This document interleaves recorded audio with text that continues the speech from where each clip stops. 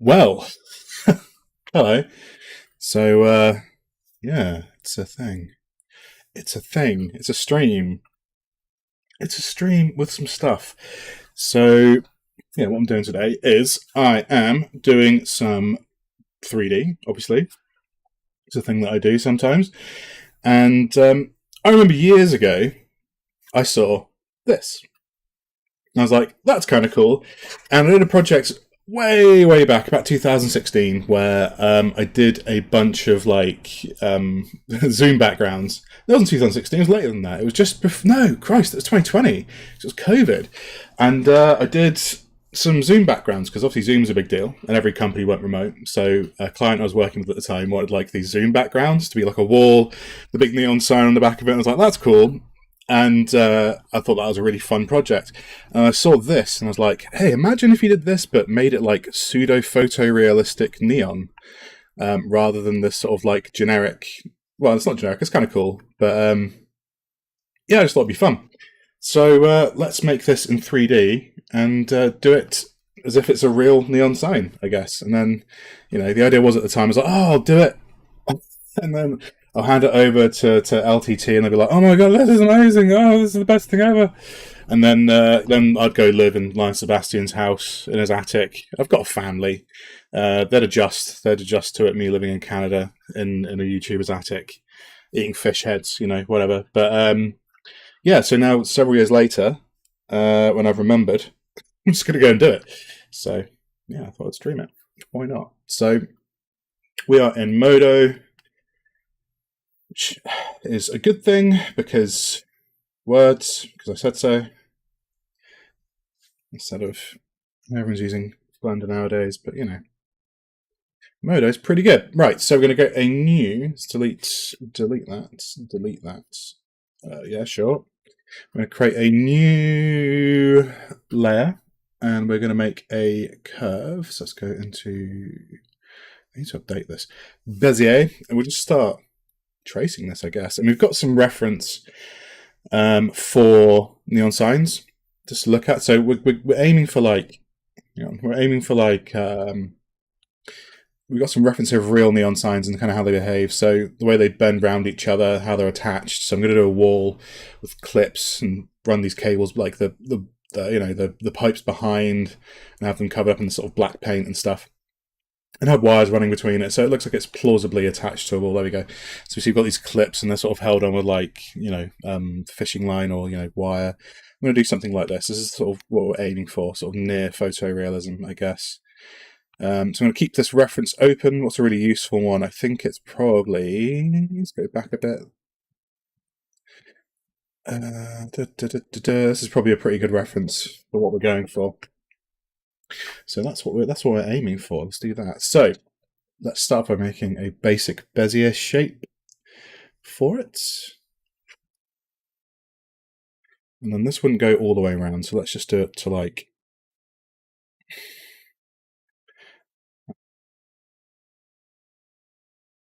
We'll make this procedural so we can make some changes after the fact. We'll do one whole loop. I might rotate this, but we'll just do it as one single long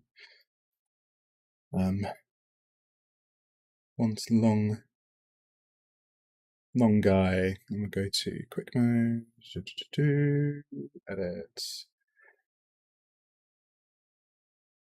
Yeah, we'll make it one single long loop instead of multiple loops of neon. And it's not going to be perfect. I think that's kind of the point, because obviously neon's not, is it like, we don't even need to use proper neon tubes anymore. We can do this all with LEDs. I think it's better. Not better. Stylistically looks better. I think real neon is fun, and fake neon or LED neon is not fun.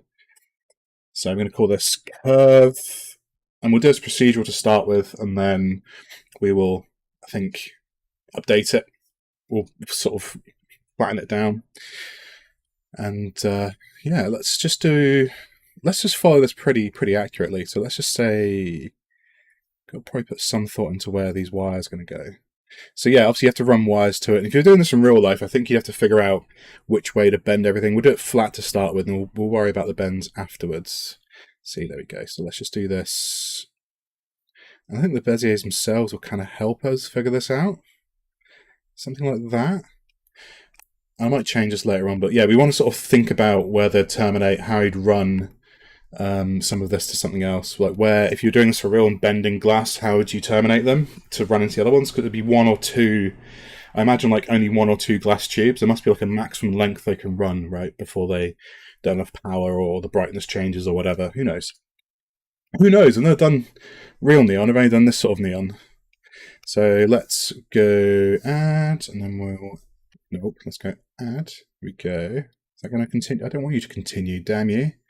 Edit. No. All right, let's drop it. Do it again. There we go. Add.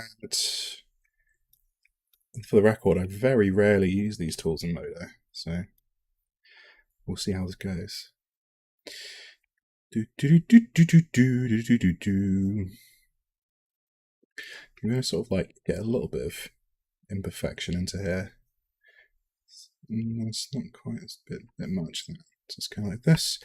And I figure this will be. Oh, it's all one continuous. Okay, let's just do this. The actual work here is not going to be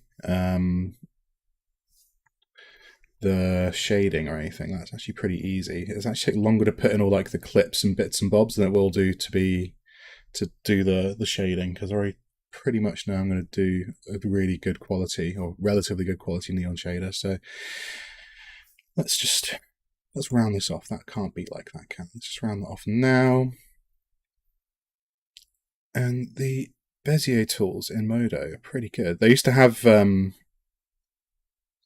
a tube tool, and before Modo had procedural modeling, which is like really more kind of like a modifier stack, I guess, if you're used to that kind of thing.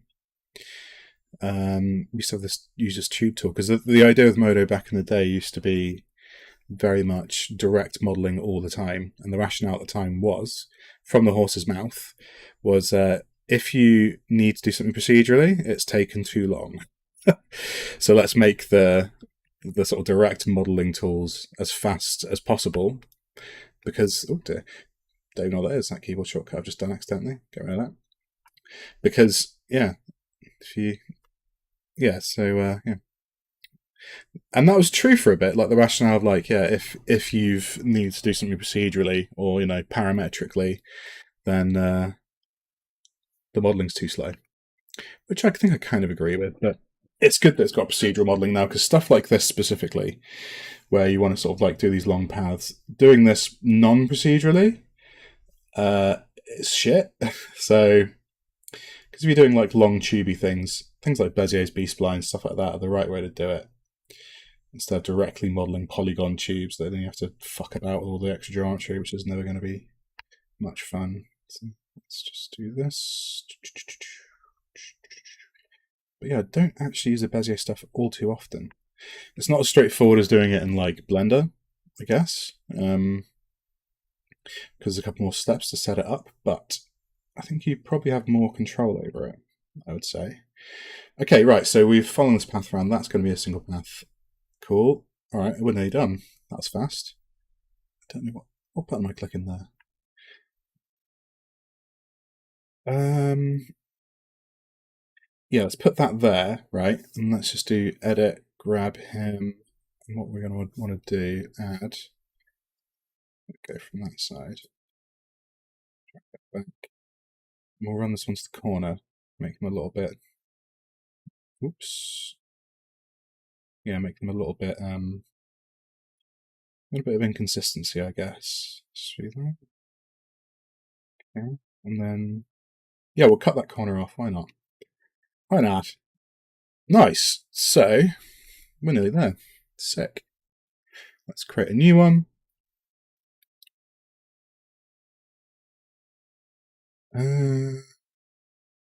That's there. What would you do? Would you have, so how these run to, so these all actually need to, under the hood, these all need to attach to each other, right? So this would be blacked out, run underneath. So it'd be, let's say these are all separate. Okay, so these make, so right, let me just explain what I'm doing. So it's a bad example. Let's go with Yeah, here we go. So yeah, see how we have to bend them onto each other. So you have like the wire connect here. There'll be some sort of terminal. I don't know what the technical term is, but how these attach to each other will be one continuous thing. I don't think there are any continuous flows in this, maybe. So, but as I put this into 3D, so you see here, like how, oh, this one doesn't do it either. Yeah, so this actually bends over itself like that, right? This is one continuous snake of neon. This is two separate ones, I think. Nope, so that one comes into that. No, yeah, it is, yeah. So we've got a wire going into there. Yeah, so we've got 1, 2, 3. So there is a driver or a wire going into each one, right? So that goes over in a loop. So the wire comes in there, loops over, goes like that. This one goes under, comes out there. This one goes in from here, around there, like that. It's a separate. Yeah, that'll be blacked out of the back, and then that. Yeah. So they paint over the sections you're not supposed to see, but you can see how you've got to bend it into one thing.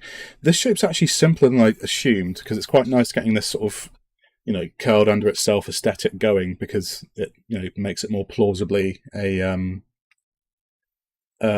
neon. But yeah, well.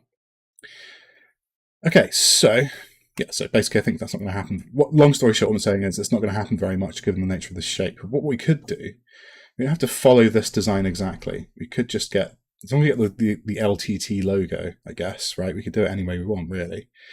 Let's be real. This is just one way to approach it. So, and then let's terminate that on there. Yeah, let's do that. And then we'll do edits, click him, and then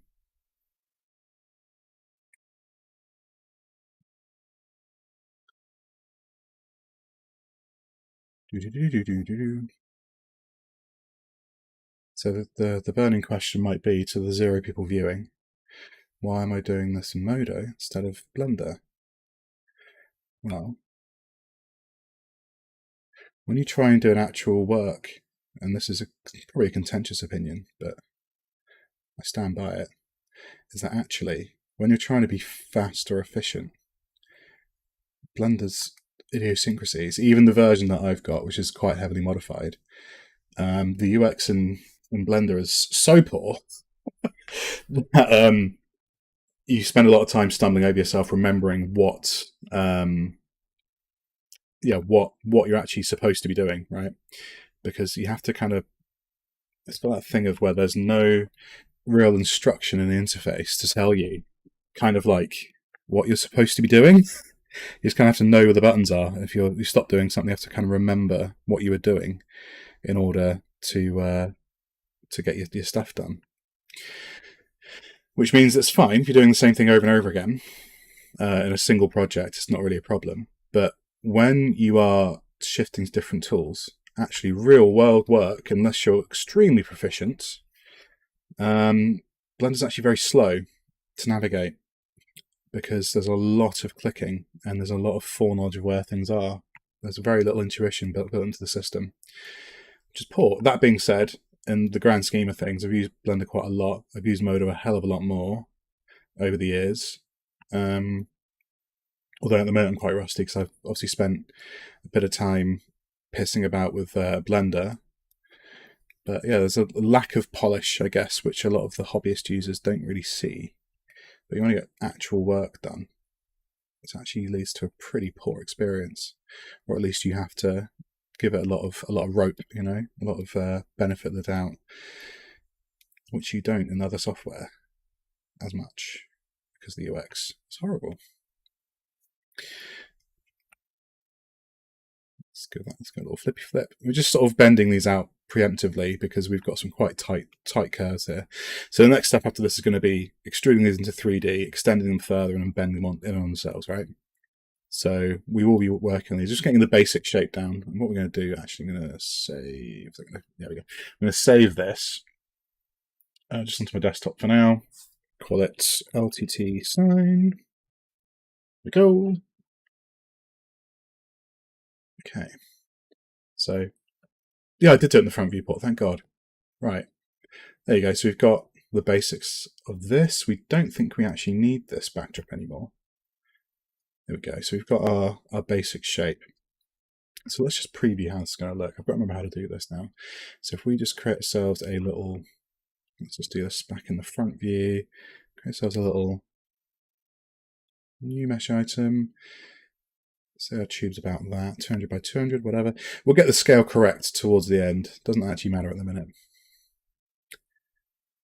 Plus, it's generally important to get your scale right and stuff. So we're going to do that. So we've got our profile, and then we're going to add another new thing. I'm going to call this one procedural. Procedural tube.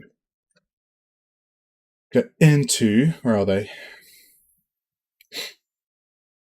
Now, I'm no expert when it comes to the procedural stuff in Modo. So, in as much as I barely use it because I never bothered learning it. So, curve, we want to make, how do we want to do this again? We want to do existing. Yeah, we go. So we go profile. Is that right? And then we do curve extrude. Path. Curve. Done. There we go. Nice. Nice. Okay. That's done a terrible job so far, but we can fix this up. We can fix this up. So if we go into path segment generator, we'll do automatic. Already that's much better. Okay, and then we'll do, what does that do? Whoop.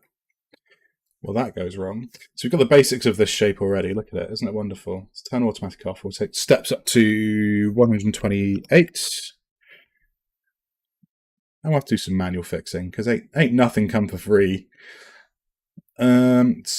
So 256, 256. There we go. It's not a bad start. 6. So let's just go back to our profile. So now these two are both editable. So I grab this and I scale it down. We've got a bit of editability, something kind of like that. It's about right.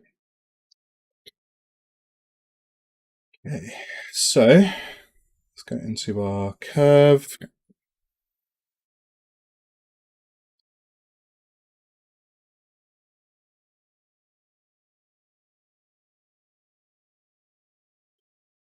Okay, so how are we going to do this? Right, so we've got this end here, so let's just drop this one here. Okay, and I'm gonna edit. So I'm going to start passing some of these things underneath themselves. This is going to run really slowly. This is running really slowly. My God. Let's come back into procedural tube, do extrude. Let's just turn this down a little bit. Get some better performance out of it. Should be no issue, but this is one of the ways in which Modo does suck, as it is a bit slow at times. But it does some pretty clever shit, so it's like you've it's like a trade-off, I guess. But again, that is really slow. So let's go to curve extrude, path segment. Let's change it back down to 36. Give that a go. Okay.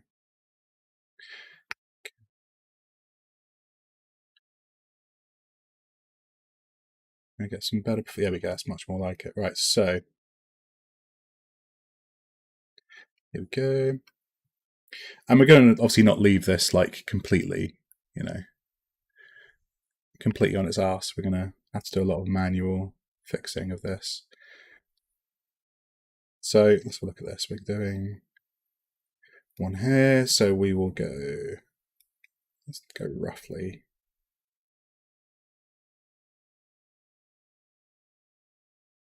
Add, boop.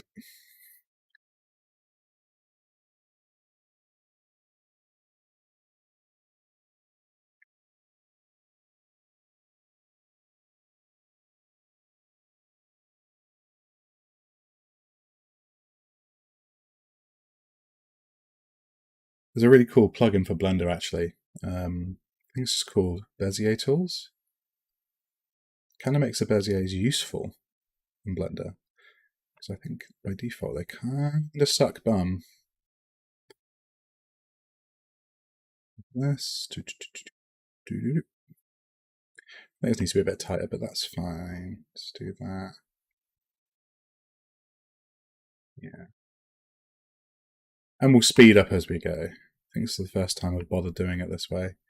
Not saying it's the most fun I've ever had, but overall I think this model won't actually take that long. We can just do this bit manually once we're happy. In fact, actually, to be honest, we could just do it that way anyway. We can just bridge these. Should we do that? Will that be less drama? That might be less drama.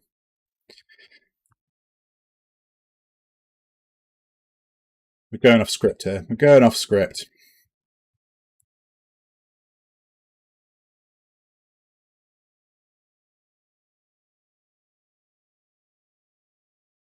Yeah, what we're going to do, we're going to go to here. I'm going to go duplicate and freeze. Please don't crash. Is that working? There we go. That one's off. We've got our procedural tube frozen version. Let's turn this off.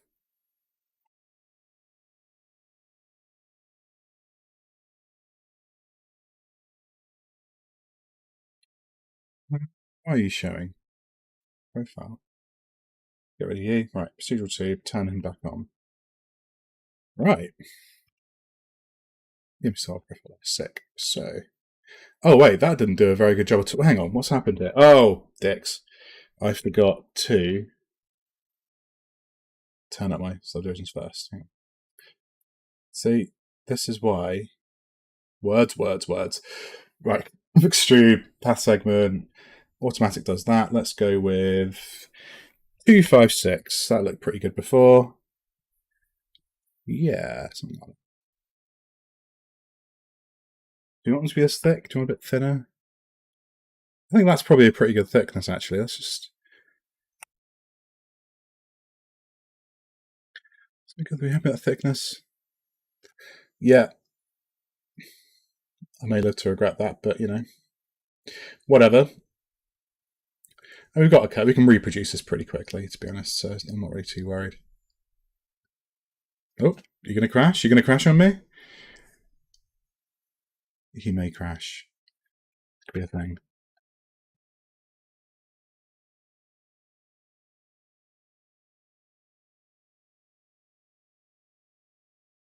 It's looking an awful lot like it's going to crash.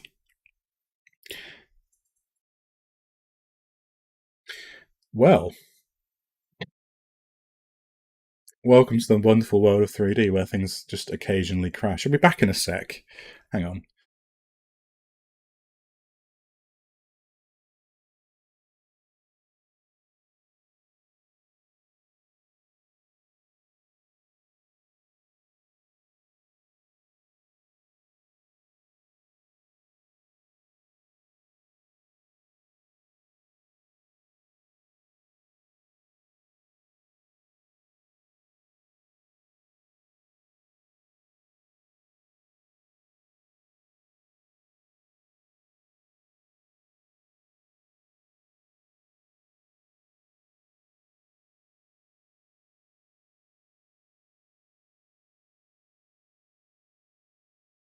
And we're back.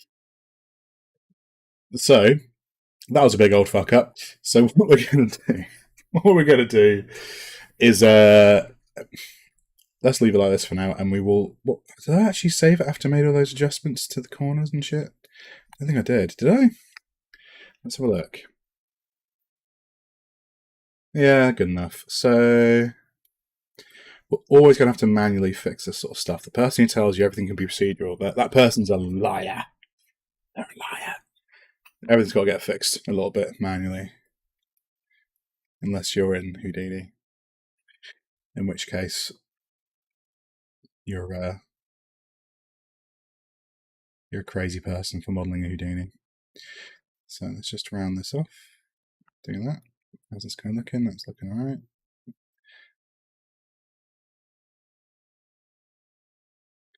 And none of these things have to be perfect because It's a tube at the end of the day. It ain't going to be like, perfectly straight ever. That's too, whatever. Let's round that off a little bit more.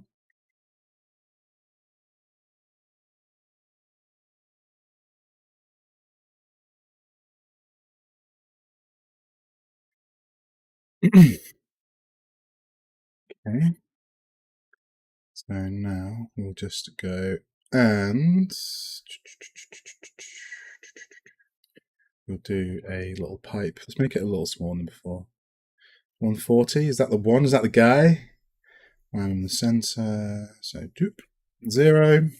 Let's go with that for now. And then, what was it again? So we go into procedural guy. Where is he? There he is. And then we go and create, this needs to come out actually. New mesh, him in, we'll call this profile.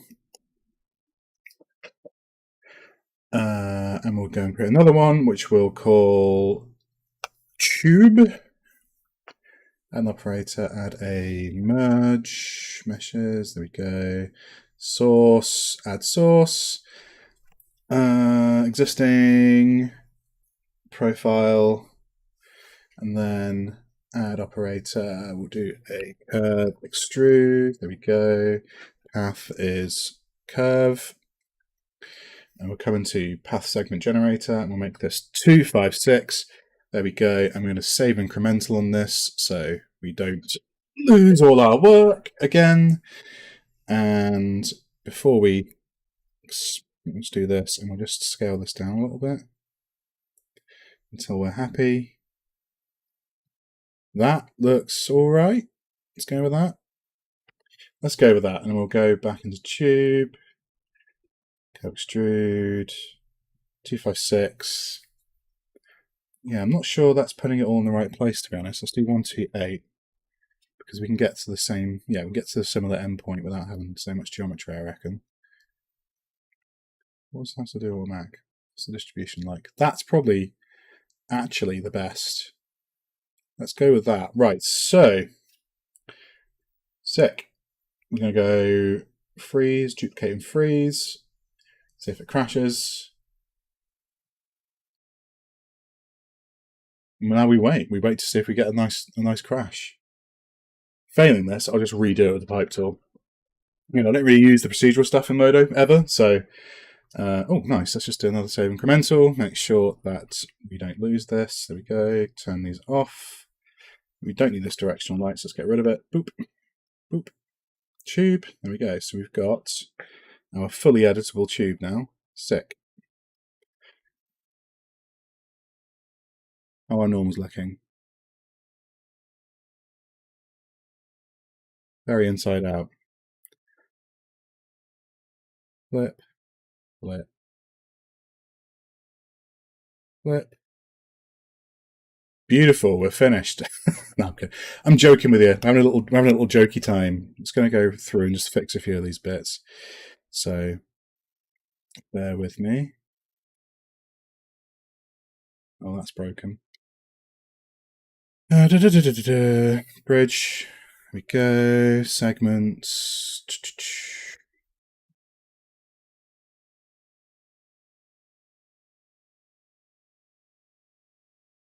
There we go. Let's look at this one.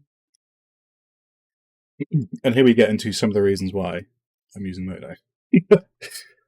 Although, because it's crashed, I've lost some keyboard shortcuts because I forgot to save them. One sec. Gonna do some on-the-fly editing of some stuff. I'm not sure if I'm selling this software or not, but swear to God it's good. So, action centers. Let's make this center key, Shift 2, there we go. Shift 2. Ah, it's not saved it. Oh well, fuck it. Has it? No, it hasn't. Oh well.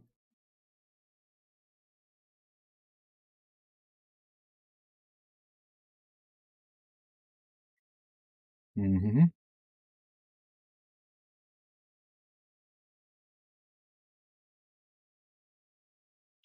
So the thing with Modo is, it's really goddamn good, but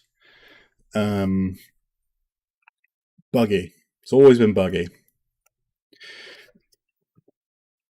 But that being said, it's buggy compared to like, although Cinema 4D is buggy now as well, isn't it? But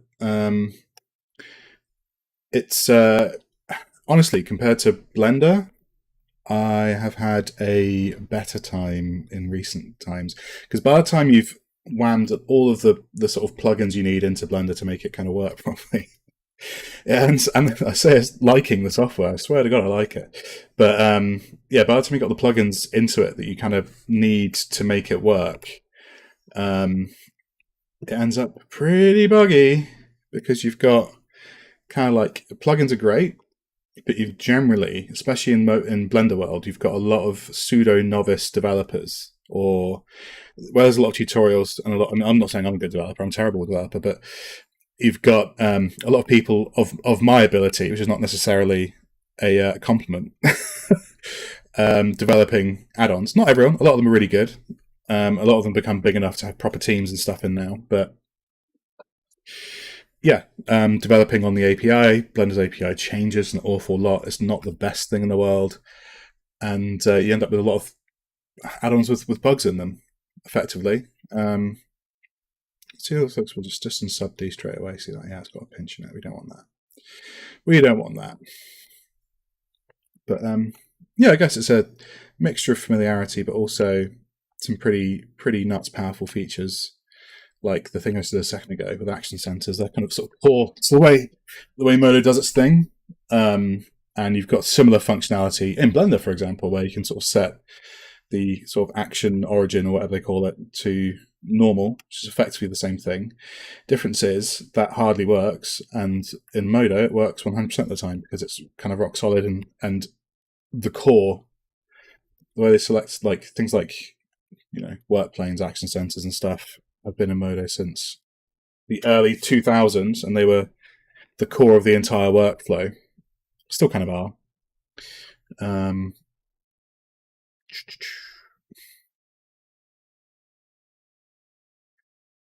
So they kind of work every time. And the reason I keep clicking bridge is I've completely forgotten the bridge shortcut, because, it's Shift B? I think it's Shift B.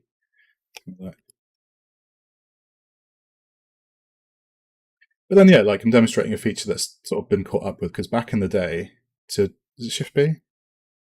No, that's bevel. Alt B? What is bridge? I can't remember what the bridge shortcut is. Oh well.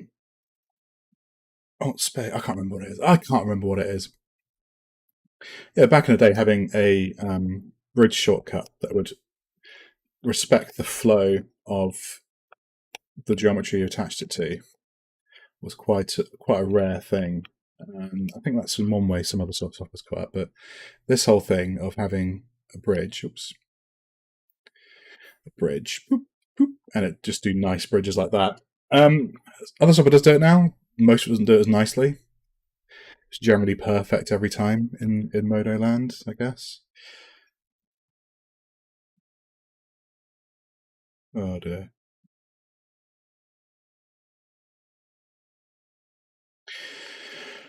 Hope this is fun to watch. Well, there's no one watching anyway, so clearly it's not that fun to watch.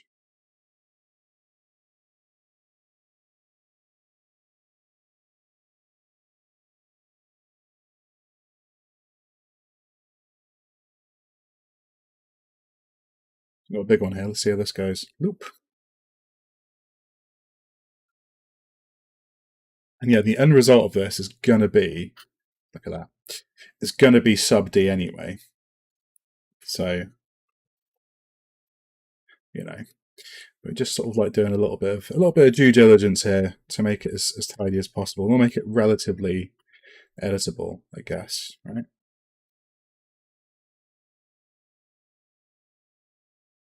So, you can get probably rid of all of this. Get rid of that. We bring this. No. Let's do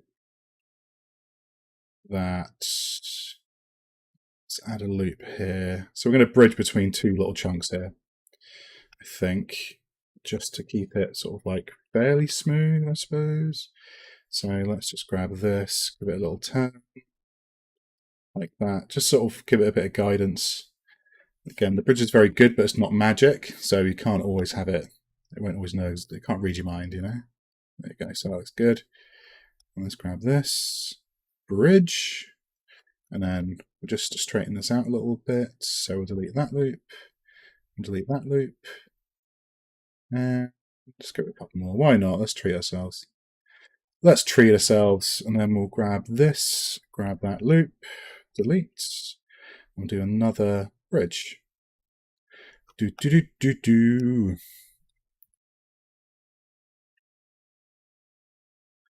History's repeated itself. Hang on. Let's just get rid of this one.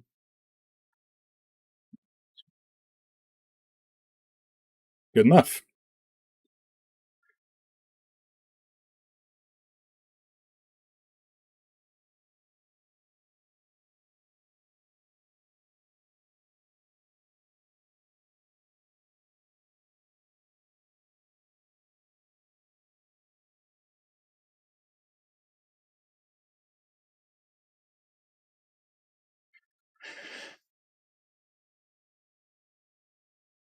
We'll do the same thing again here. So let's just do that. We will grab this. We'll go and add a loop there. We'll detach this guy here, move this down like that. Give it a little twist into an orientation we're kind of happy with, and then we'll bridge both ends of it. I think something like that. Bridge, bridge. Obviously that's going to be the way. Obviously that's how it's going to go, because I'm an idiot. Hang on. Do do do do do do do. Right there. There? Yeah, let's do there. Get this guy. Bring him back a little bit. There you go. Bridge. Better.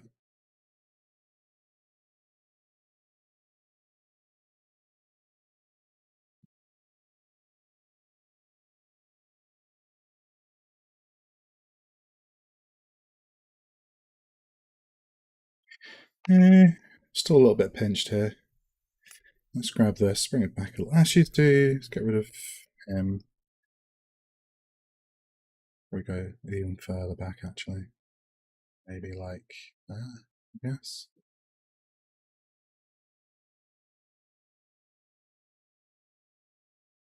No. Yeah.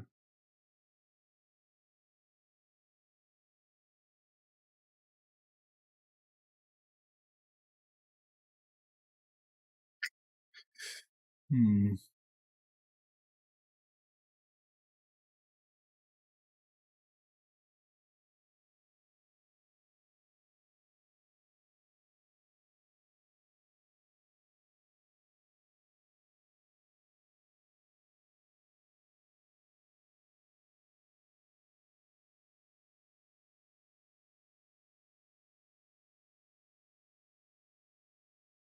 Don't like it. Okay. So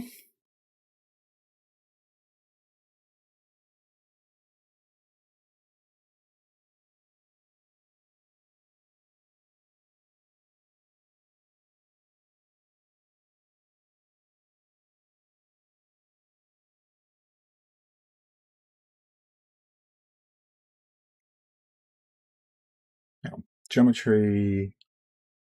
I don't know. I keep forgetting this. So what is it?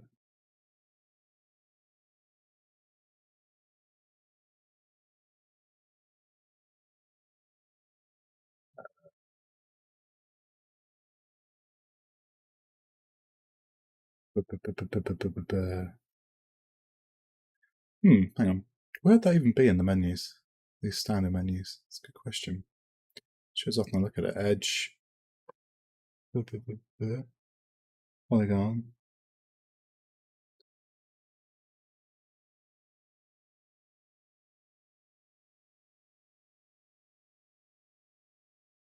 Well, clearly bridging's a mystery.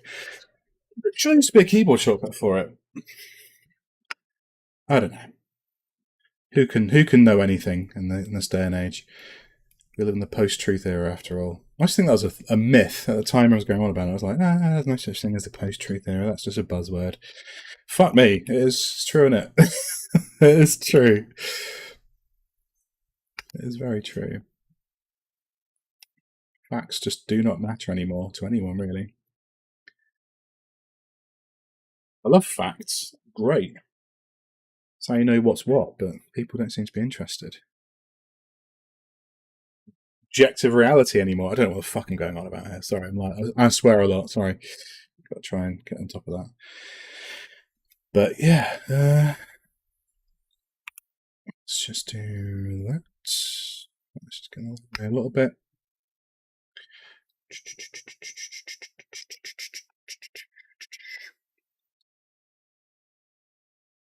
So yeah, I took a Modo hiatus for a while, actually. Weirdly, that the project in question, that thing with the neon sign with the zoom thing, was actually the reason why I stopped using Modo for a bit, because I was under a very tight deadline, and then the client said they want these backgrounds because, like, this is, everyone's like, how the fuck do we reopen? We're losing business type thing. And for some reason, these became critical overnight. They have these Zoom backgrounds, so I imagine they don't even use anymore. And yeah, and the deadline changed quite a lot, and I had quite a few variations to render out. I think it was like 15 or something. Everyone wanted to be able to pick their own color, and I'd sort of pitch them on multiple, backgrounds, or whatever. And in retrospect, I could have done it in comp, but I've never done any. I'd moved away from Nuke at that point. I was like, how would I go about comping this? I'm a crap compositor anyway, let's be honest. And yeah, they were like, it became of critical importance almost overnight that this get finished. So I had like a bunch of variations. I think it was like 5 different colors and then like 6 different backgrounds. I can't do maths, but it was a lot, right? And I had like a couple of days to do it. I literally couldn't render all of it in time. And then I'd not used Blender in quite a while, since like the 2.8 days, pre 2.8 days, back when it was truly awful. And I was like, I've heard Cycles is quick and it works on the GPU. That sounds fun. Let's try this in Cycles. And I just quickly brought in geometry, quickly rebuilt a shader. And I think my render time it was 4K. I think my render times in Modo with the CPU renderer were like 35 minutes per frame. And the same resolution in Cycles was something like 45 seconds. And I was like, oh, GPU rendering exists. Oh my god. Why did no one tell me about this? Because I was sort of very much like a GPU rendering skeptic. And also, I took a little time away from just doing 3D in general for a bit. And previously, I'd never really had access to a decent GPU because I'm a Mac guy normally. And for other reasons, I'd picked up a Windows machine with a decent GPU in it, or what was decent at the time at least. And yeah, I was like, wow, GPU rendering. That's like at the time, before I'd gone away from doing 3D stuff for a bit, it was very much a oh yeah, it's a boondoggle. It's not going to because like that was the early days, I think. Not the early days, but like I slept on it. I'm not going to make an excuse. I just slept on it like a moron. And I was like, wow, these renders are very very quick. And I sort of thought Cycles was okay. Thought it was pretty good. There we go, getting there. And yeah, I thought Cycles was pretty good. So I used Blender for a bit, and then I started modifying Blender because I hated Blender still secretly. And really, the only reason I was using it was just for Cycles. Everything else was just a pain in the ass. So for the longest time, I was modeling. So that's what 3 years. I was modeling in Modo still, and then just rendering everything out in Cycles. And at one point I was like, well, why don't I just start modeling in Cycles? And then I went down the rabbit hole of, modifying Blender to make it good, which I gave up on fairly recent. Not gave up on. I'm still sort of doing it, but I'm not using. So I got a new job and I had to do a lot more 3D again, and I started using it in anger, right? I guess you could say, because I was trying to get actual stuff done, and I found just like the quirks in Blender very very hard to work with, and it's sort of a thing where you get to a certain point where you're like, why am I doing this? You know, because I was just having a really hard time getting work out. Like, little things don't work very well. Things like handling quite a lot of geometry. It's a thing that a lot of hobbyists don't talk about. It's pretty bad in Blender. It's pretty goddamn bad. Support for things like FBX, which is like a very important format for working with anyone. They're pretty bad. Pretty bad. The FBX support absolutely sucks bum. And a lot of things like that. And like whenever you need to rely on it for something critical, I find it just, Blender also crashes quite a lot. So I was like, damn, I can't use this in the real world. Well, I mean, I could, but there's a lot of concessions you need to make, and some of them felt like a little bit too far, a little bit too far. So I was like, why am I closing this off? I don't need to, I'm not supposed to be, so I'm just babbling. I'm not actually doing anything. What am I doing? Let's undo a bit. Fine, whatever. Yeah, I'm not connecting these two parts up, am I? Moron, you fool. Let's do it like this. You're gonna run one behind. Okay, so let's look at this front on. Let's see what other refinements we need to make for sub D. That's looking pretty good. Pretty good, pretty good.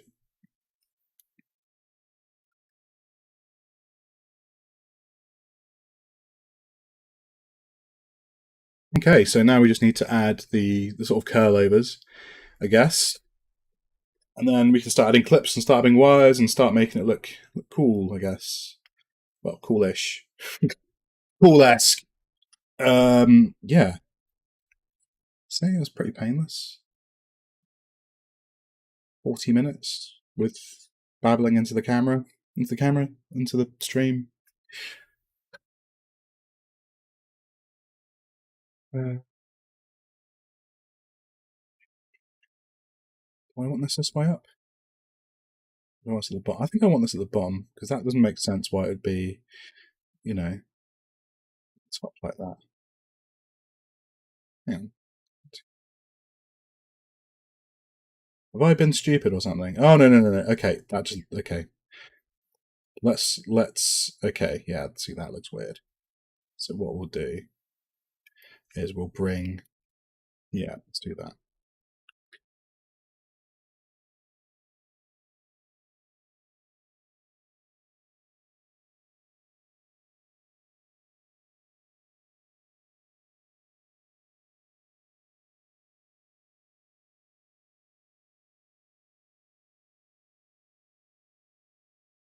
Yeah.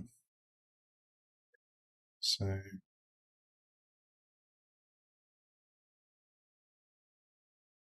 we get rid of this. Bridge that over like that.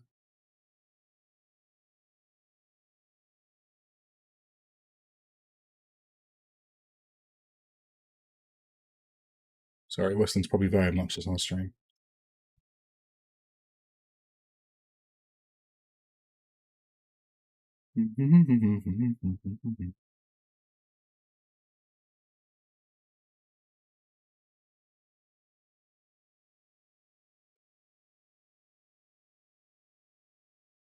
Tell you what, actually, let's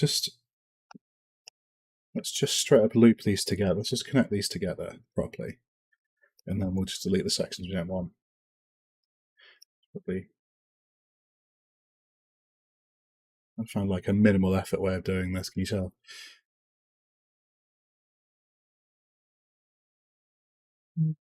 Actually, let's try this out. Bridge.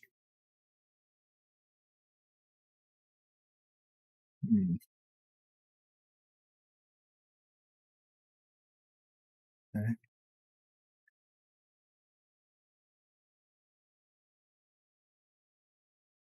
Yeah, let's do the same little guide curve trick.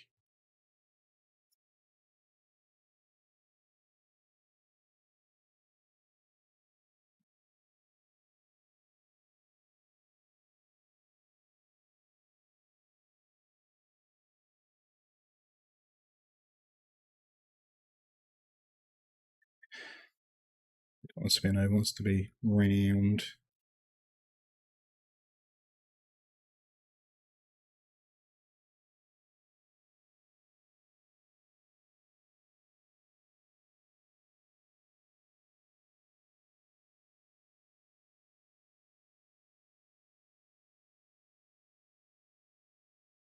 There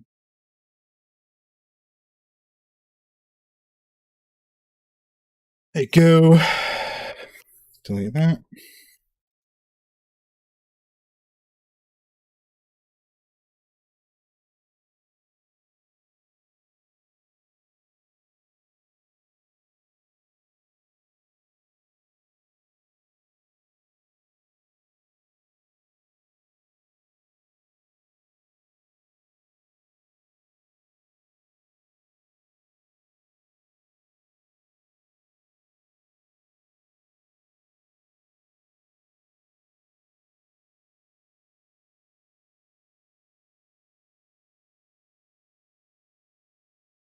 Nice. So, do we want the gap to be there still? Or do you want to be somewhere else? That's a good question.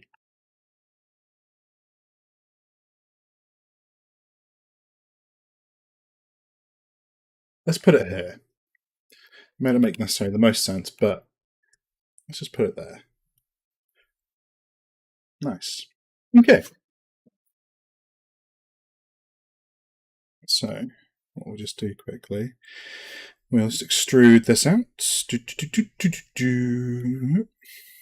Turn it down. And then what we'll do, let's do one of these.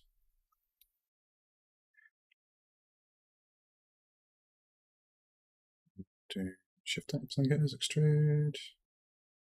Oops, wrong way.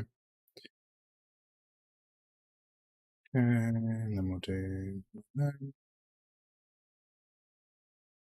of them, one of them. Fair enough. It's probably good. Let's just have a look. How's that looking? That looks alright. So delete that. Delete that. And then that just totally won't work. Now, and what we'll do that to that and do bridge. Boop. Flip polygons.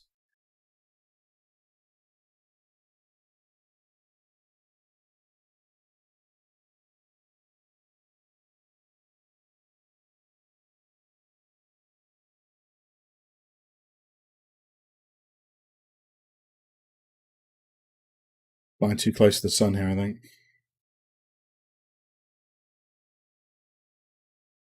Let's try that again.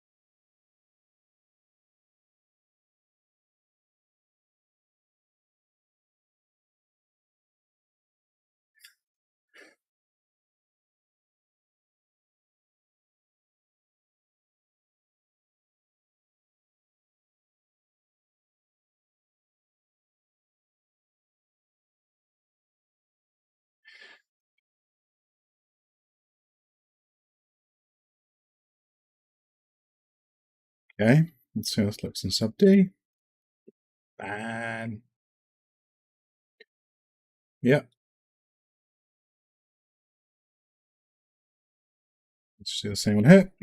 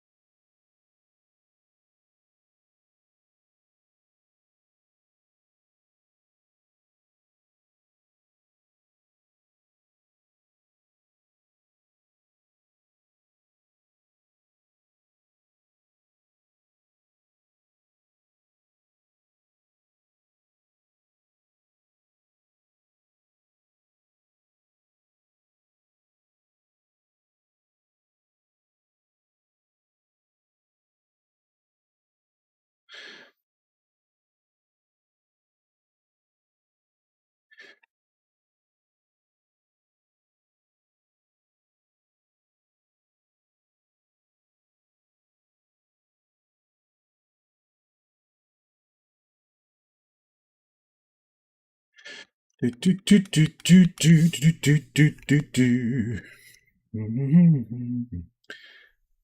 Something like that. There you go. What's that? There we go. We're getting there now. We're getting there. We're getting there. So this is going pretty quick. So, how's your day? What's going on? What's new with you? Oh, really? Really? Is that what happened? Wow. Right in the face like that. That's racist.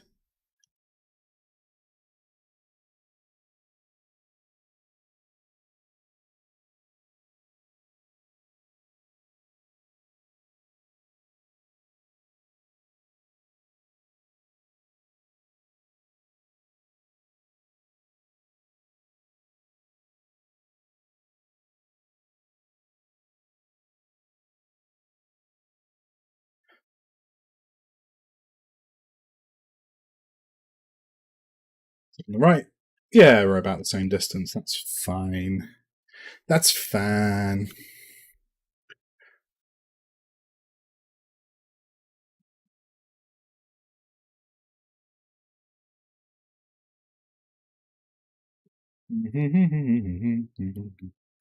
So many left. So we got two left. Nice. Nice.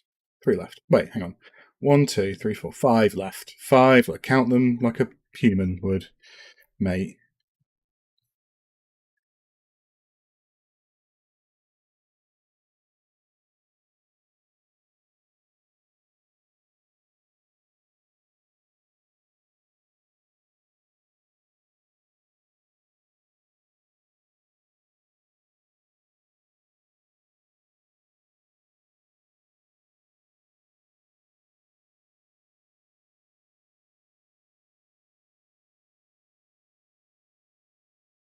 Yeah, getting some pace now.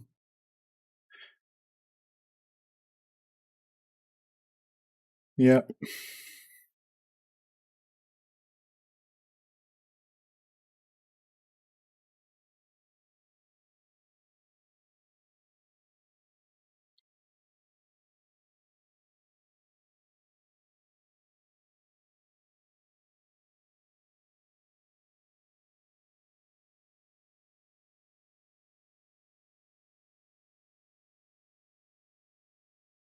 There you go.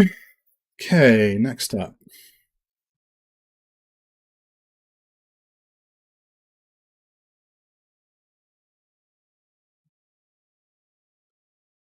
This is pissing me off still. I'm going to fix this. I'm going to do that. I think part of the problem is that guy there. We got some twisties. So let's just do right plane. Okay, line on Y. No, hang on. Which way am I facing? Wait.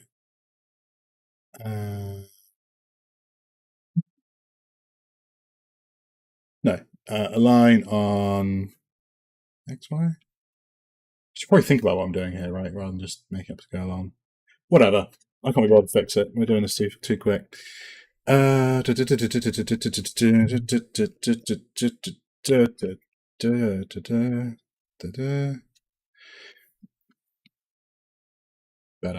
Okay, so how's this looking in sub D? That's the thing I noticed when, like, a lot of people. What's happened to subdivision surface modeling? People don't seem to want to do it anymore. It's really weird.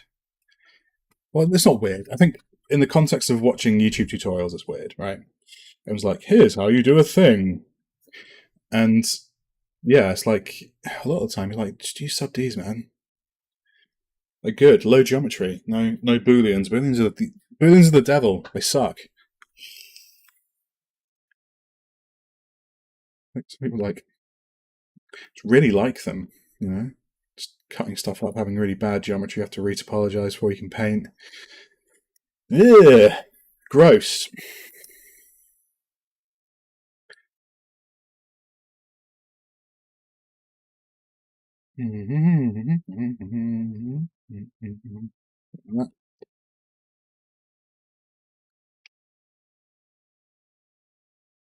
Huh?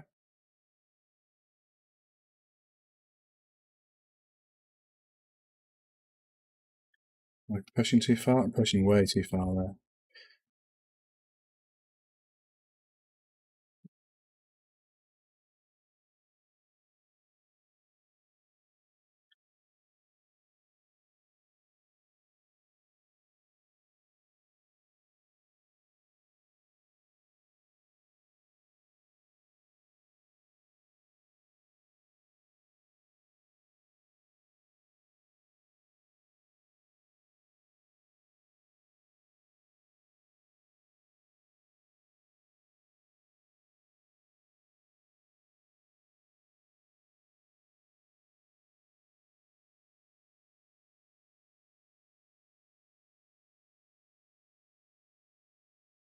Better before. Okay. Yeah, passable. Okay. Don't know how high still I'm going to go with this. We'll just see how it looks as we go. I think it's looking alright so far. Again, this just looks like a thing at the minute, but once we start to actually get some of the details in, well, once we see it rendered, right, for the first time, or with not rendered, but with materials on, it will start to come to life. Come to life. There's lots of small details. It's all the small the 80-20 rule's a thing, right? Like, all the small details make all the difference in the world. Let's just do this to local. There we go.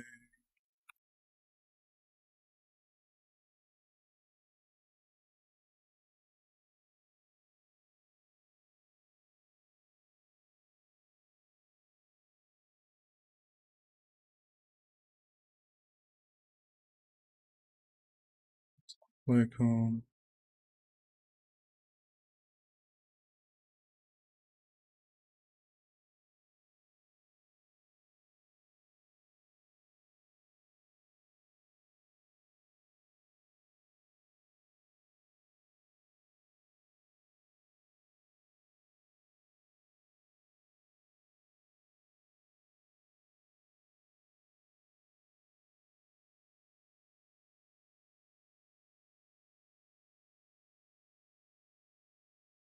Yeah, we've done it. So we'll go like this one first. See, there's no real rationale here. I'm just sort of like making it up as I go. To be honest with you, I'm not using much thought at the minute. We'll cross all those bridges when we come to them.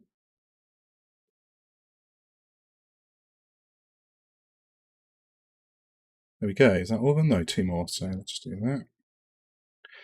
And then we'll grab this guy, do that, do one of them. That's about right.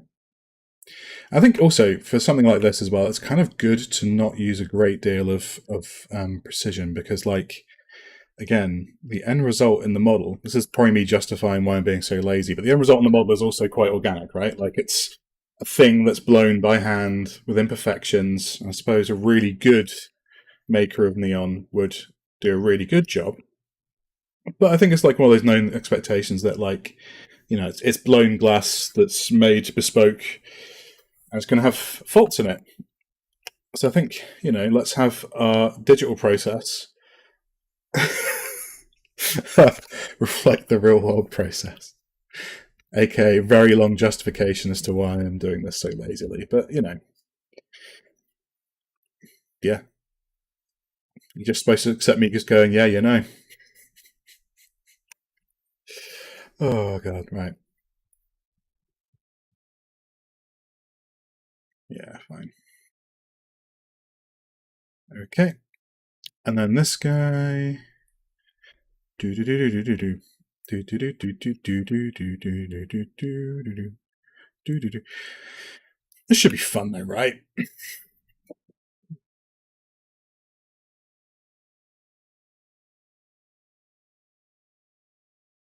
think it'll look pretty cool. I hope it'll look pretty cool.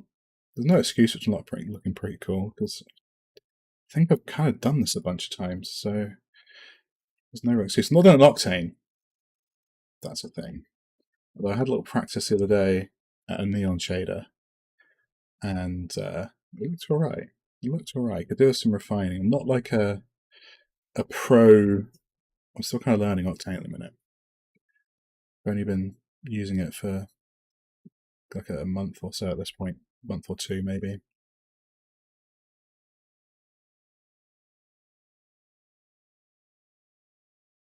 Right.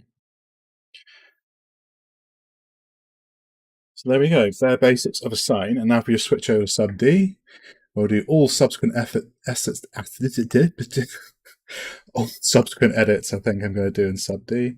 It's that polygon. Yeah, there we go. So I'm going to make sure we've not got these mixed. I've been a bit lazy with. Okay, there we go. And that's what we're working with in the minute. So we're going to jump the gun a little bit, and quickly see this in some sort of rendered form. Let me just save incremental, we'll create a new one, and we'll create a plane for this to go on. But actually, it might be a good time to make the world a reasonable scale. So how big would one of these be? Would it be like, take measure in front of me, let's say it would be about a meter across, right? So pretty big, imposing on a wall. Let's say 90 centimeters. Let's go with that. Why not?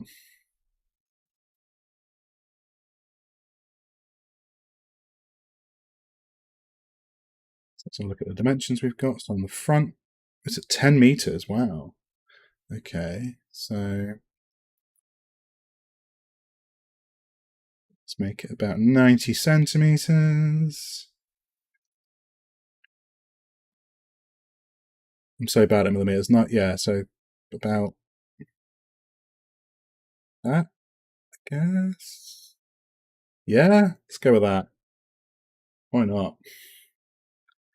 Don't forget, it's always worth making sure that when you've got any models you've got, unless you're animating them, always keep your scale at 100. Always keep it 100. I'm going to do the next thing that I should have really done is let's go to align, ground align. No, let's go to center. There we go. And the second tip, which I wasn't doing either, is making sure you center everything to the world. It's what I tell people all the time, and yet when it comes down to actually doing it, you don't do it yourself because, we're all human. We're all human, and we're all human. Let's just have a quick camera. So let's just say it's like that, right? Something kind of those lines. So you've got a little bit of the perspective showing. Sick. So let's do a material, press M, and we'll do neon. And we'll go into this Octane render window. So I'll set this up properly because this is a new install. My computer died. It didn't die. What did? I don't know. Shush. Right. So let's just do a basic neon texture. Memory serves how I did this before. So let's change this to glossy, change it to a diffuse, and then we're going to want to have a gradient. It's gradient 2. There you go. And this is going to set our color. So we'll unplug this. Yeah, we don't need you. And then what we're going to do is get a new emission. We've got a texture emission because we're changing it. So let's go like that. We'll go output goes into the emission on our diffuse. There we go, lit up. We'll change this to surface brightness. And on our gradient, we'll plug this into the texture. We'll go super bright again. Into edit, we will go to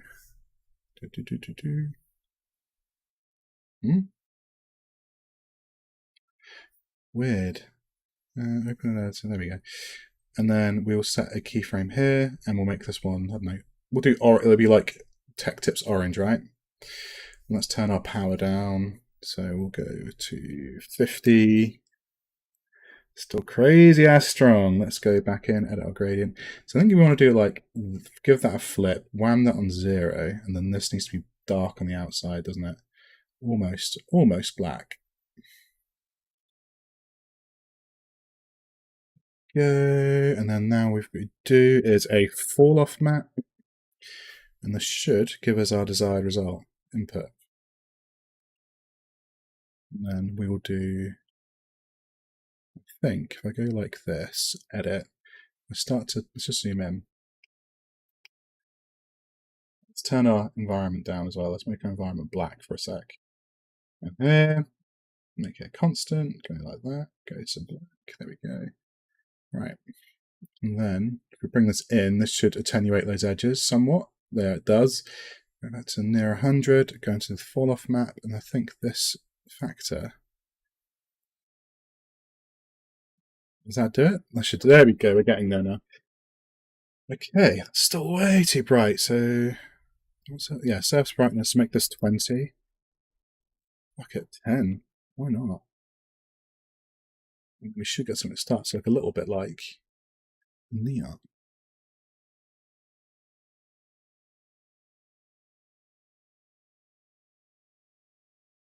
There we go, that's we're getting there. This is like the bare basics, so you can see we're getting this sort of like, between these two, we get this sort of darkening towards the edges. So it's a bit intense there. And now we're going to make the outside of it glass. So we're going to go a new material. We'll get a specular. And we'll just, before we put the details in, I like going this way. I like jumping back and forward because it's validating. I need constant validation. Otherwise, I crumble like a little biscuit. So we'll do a mixed material because this should be transparent anyway, right? To an extent.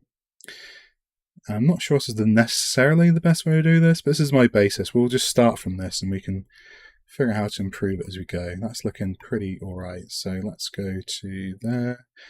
Change this to GGX because we never want to use Octane in a transparency because it sucks butt. And then just for poops and giggles, let's get ourselves an interesting environment map just so we can bounce back some nice looking stuff. Let's do indoor. And there's people here, I'd let them pick, but I'm just going to pick something dark and dramatic-ish. Darkish. Just do, well, that sounds weird. Museum of Ethnography. Sounds like a museum for racists. This is the science.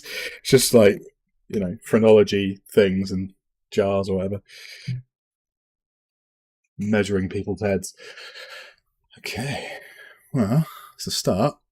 So, on our mix, we want to maybe play with this little mix. What's that? That's our full transparent. How's that look? It looks very transparent. Let's turn our samples down because they're crazy. Let's make this 1024 for now. Okay. And then let's just turn up our glowy guy. But actually, I feel this should be the other way around. So this should be in the top and this should be in the bottom.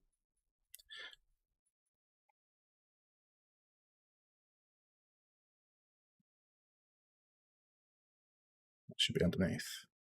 It feels like as I turn this up, it should get more glowy rather than more transparent. Hey, mate. It's my cat. What can I do for you? What was that? Huh? Oh, okay, hang on. Dreamies. Do you want some dreamies? Will it make you leave me alone? Right. You want to sit in your bed?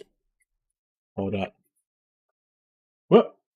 Oh, oh, they're everywhere.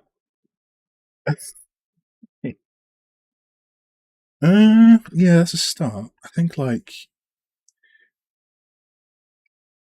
it's not my favourite. Let's go and do. You could do a more interesting colour for a start. Let's make it actually orange, just to make it a bit redder. That's a more engaging colour, I think. And then, is there noise on my? Is this noisy in any way? No, there's no roughness on it. So let's do that. I don't know, what about this isn't jumping out at me? I was playing this the other day and I think it looked better.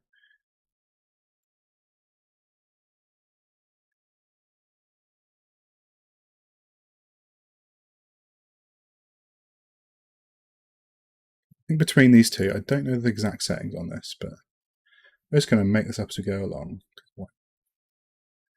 Let's do an additional super bright guy back here. Let's brighten this up. And flip these over. So in the very center, it's very, very bright. We'll have a little bit more fall off into that orange there. Let's just go a bit more.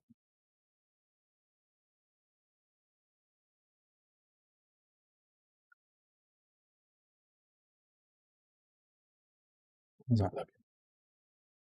Getting there. See around here, we're getting that kind of look. Let's go back to our reference quickly.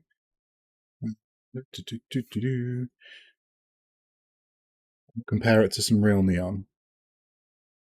See how we're doing. So we've got, yeah, so you probably want a little bit more of that attenuation around the edges there. So we'll turn this fall off down a bit. What are we doing here? Too much, too much.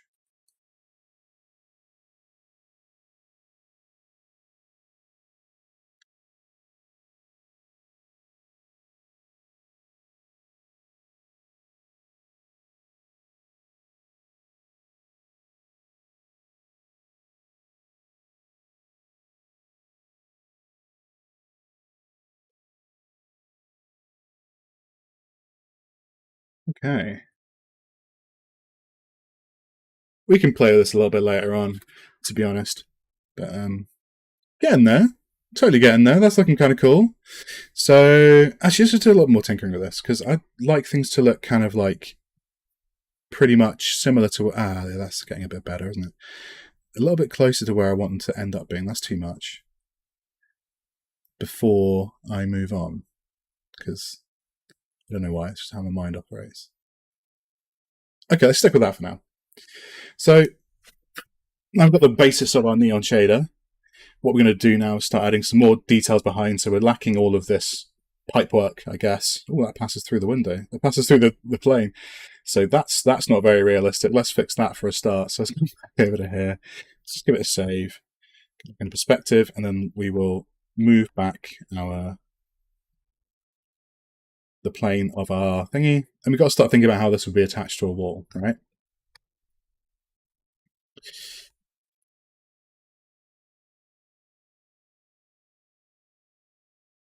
So I do think, right, when you're making neon, I think what they do thin down some of these. I think it looks good as well.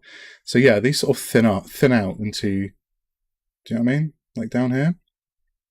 So what we'll do, we'll add a load of clips in plausible places, and we'll start getting this attached to the wall, I suppose. Right. Let's just double check our geometry, make sure we're happy with it. So anything jumping out that I'm not happy with, we'll look at some of this. Feel like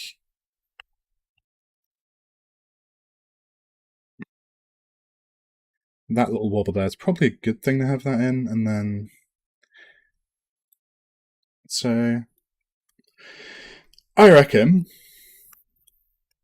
this guy here, again, we can play with this. We will flatten him out. And then we'll get a second material, and we'll call this one, I don't know, dark paint. Occlusion paint. There we go. Call that one occlusion paint. And then we'll start thinking about how some of these will actually be attached. So we would have, maybe do clips first. Clips or paint. Let's just extend these a little bit. It's always fun to work in renders. So while we've got renders, or a rendered view, I guess, always makes things more fun. But that is actually probably appropriate, the little taper away. I don't know, we'll figure that out later. You know, normally these are not very desirable, but in this scenario, because pinched glass, the actual pinching in the geometry might actually help make it look more gooder. So let's just do that, that, that. And we'll do occlusion paint in there. Occlusion paint on both of these. There you go. Go back to here.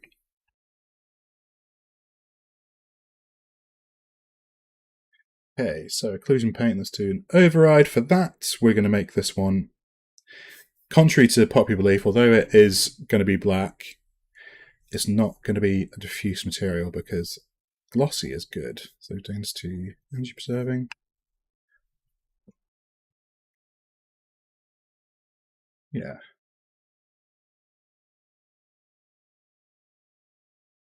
Yeah, okay. We'll run some little wire between these. So I think I'll run a wire up here. Yeah, let's just add some more of these. I don't know if this is plausible, but I think, do these taper? I think sometimes they taper the glass when they bend it over and paint over it. Right? Am I imagining that? I could probably do some more reference. But I think, in this one they don't, but you can see, yeah, we've got our occlusion stuff, so we've got wires coming out. So, yeah, so what we'll do is we'll do a bit more of this quickly. I think this needs to run a little longer, but we can fix that later. So let's just do one of these. Go on our right viewport, make sure it's relatively straight. There we go. To about there. And then what we'll do is we'll cap it off like so.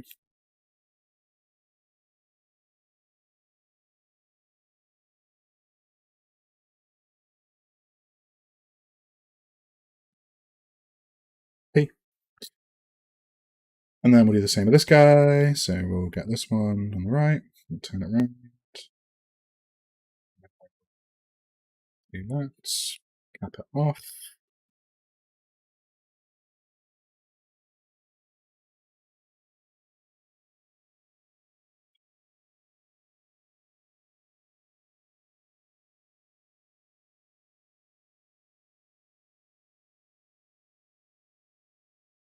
Go away. So this one as well. Right viewport. And we'll just do a proper extend here. Cap it off. Perspective.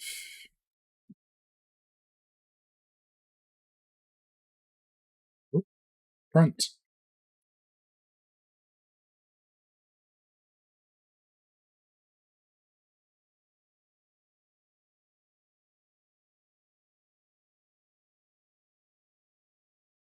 Okay.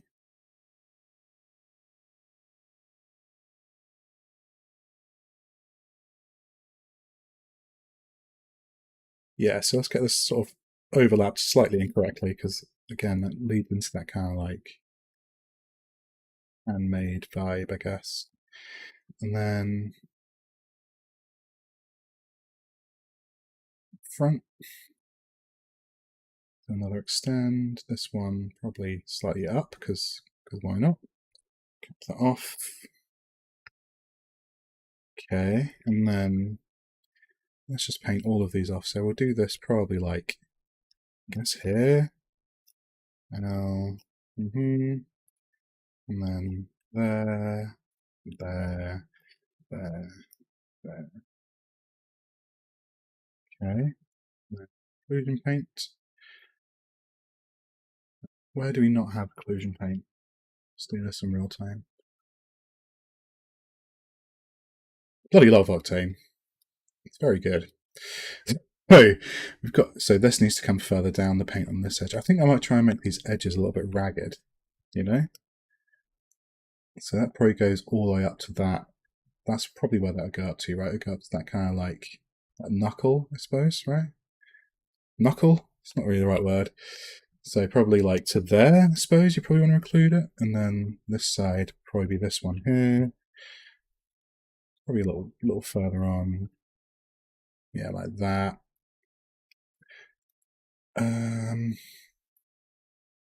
These guys, same thing. I feel like I want to squish these down.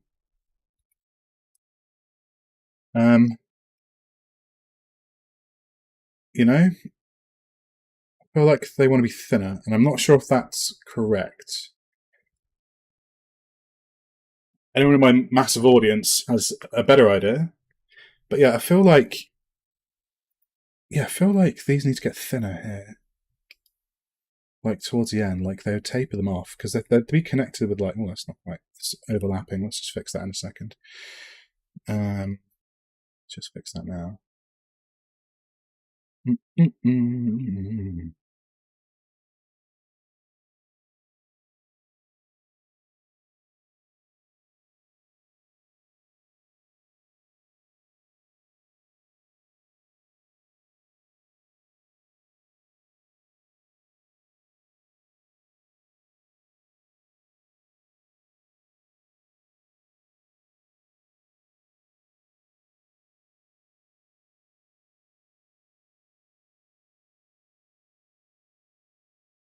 I'm going to keep that, actually. Little imperfection in the glass. I'm going to keep that. I might not even be able to see it, but I like it. I think it's good. Might make it slightly like smaller, I guess.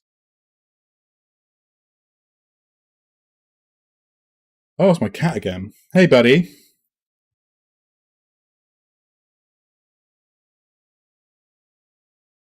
Yeah? Then what happened?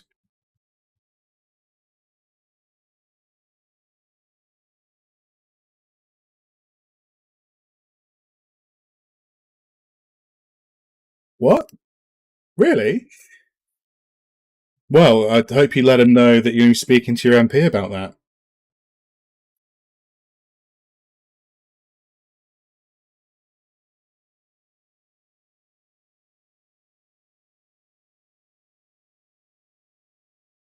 Okay, so one thing I do reckon about this is this top corner here looks a bit geometry-y. So let's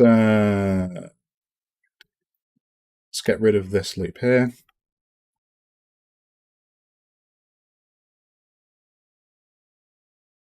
Yeah, this needs to be like a little less good.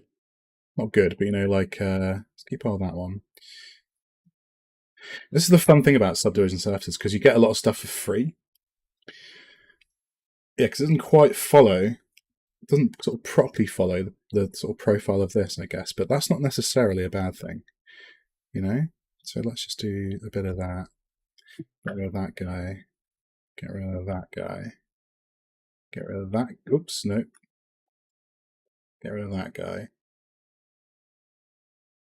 And what we're going to do, we're going to turn our render subdivisions all the way up.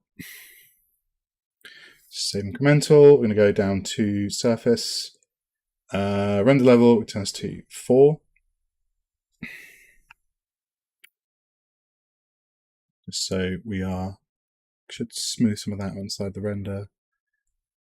Okay, yeah, so I feel kind of like the ends of these tubes want to taper down at the ends. So, but I know nothing about how these actually work. So I'm just going to go on the assumption that's totally fine. And no one's going to tell me otherwise. There's no one to tell me otherwise.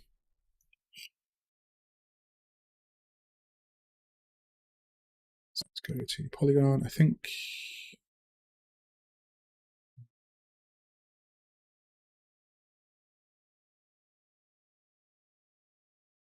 All right, I'm going to do that.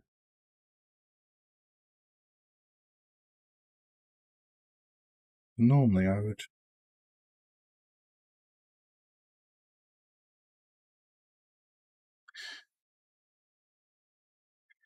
Hmm.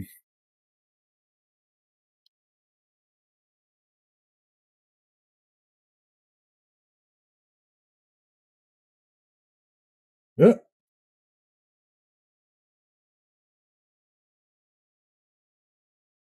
Well, that ain't it.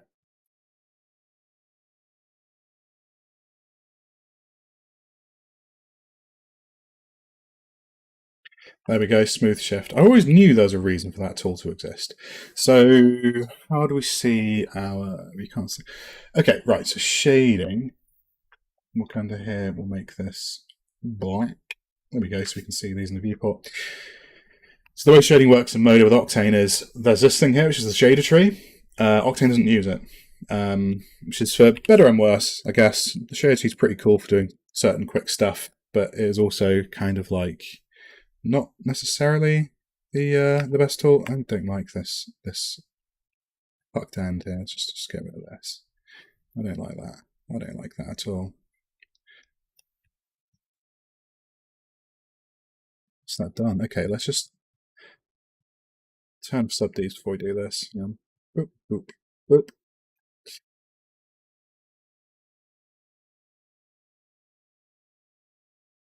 Yeah. Yeah, shade tree is pretty cool. I'd say I'd normally use nodes anyway, just because. See, that's lame. And then we should get. Yeah, we go. We got a bit of tapering going on there. You see what I mean? Like a little bit of taper. Is that right? Is that correct? Is that the done thing? I don't know. I don't know, man. I don't know. I just don't know. I'm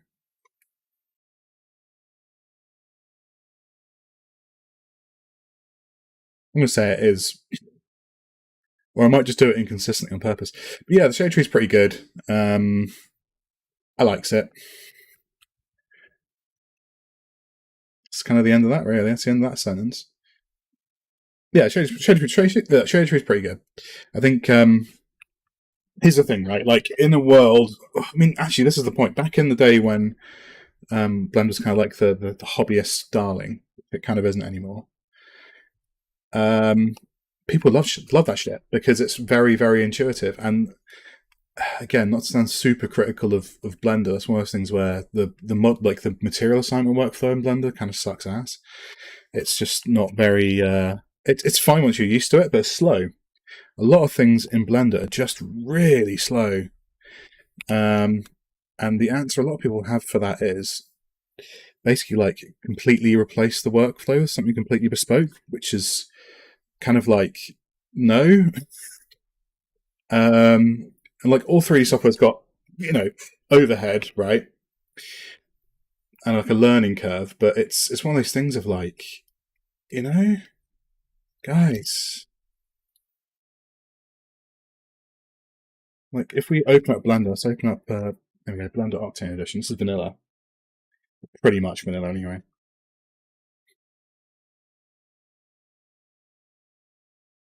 Is it gonna load? Are you gonna load? Are you gonna load? I dare you. I dare you to load. Have a go.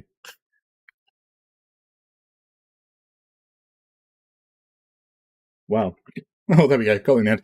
Yeah, so if I want to assign a material, by default, I have to come over to shading. I mean, there's like add-ons and shit for it. I used to use VX plugin, but it's the way most people do it. And you've already got one here. Let's just turn this to like whatever mode, EV mode. And if you want to add a new material, come in here, add a slot, click new. This kind of stuff. It's really slow and lame. I just hate it. I just hate it. But I actually quite like the shader graph in Blender. It's pretty cool.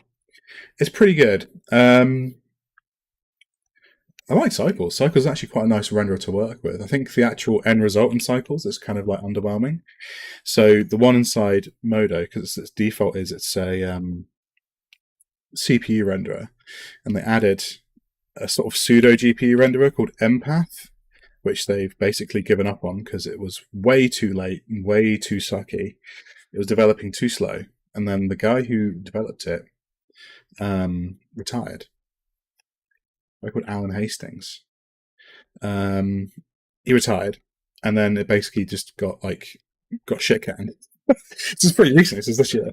So there's two renderers in Modo. There's a default renderer, which is CPU based, and there's Empath, which is like a newer style tracing renderer, like the sort of thing you're used to in, let's say, Cycles, for example. Why not?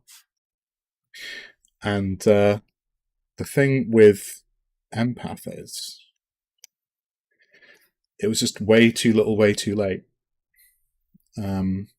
Because they'd kind of slept on the idea of having, and like the thing with Modo's renderer, the CPU renderer is phenomenal. It's really, really good, and like in terms of a look, it's a gorgeous, gorgeous renderer. It's kind of like V-Ray looking. I say, for me personally, I think it looks nicer than V-Ray. I love the way Modo's renderer renders out Modo's renderer looks. I think it's gorgeous, but problem is, nowadays it's very slow, right? So unless you've got a whole bunch of CPU shit going around, but like even incredibly, I mean, like this computer's got a pretty decent CPU on it, and it's still kind of made to look a bit silly by any GPU renderer, really. So there we go. Oh, Christ. Let's go back, delete that shit.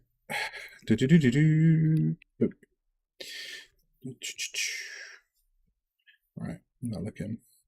Let's leave it there for now. Looking pretty cool. So let's go back to our render view.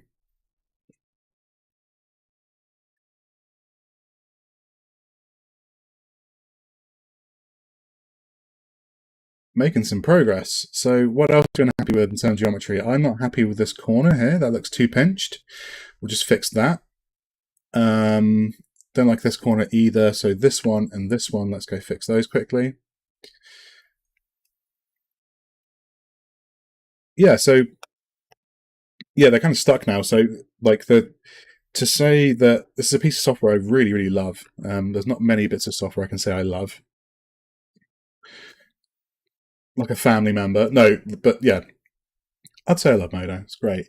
But it's been in a bit of a weird spot recently because not only it's lost the hobbyist market because everyone did,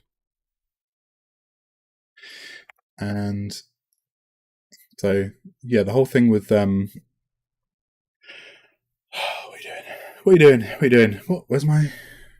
Yeah, so it kind of lost the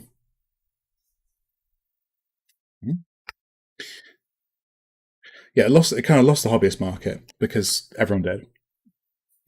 Blender became sort of like good, legitimately first time ever, because like Blender before 2.8 absolutely sucked, and I stick with that.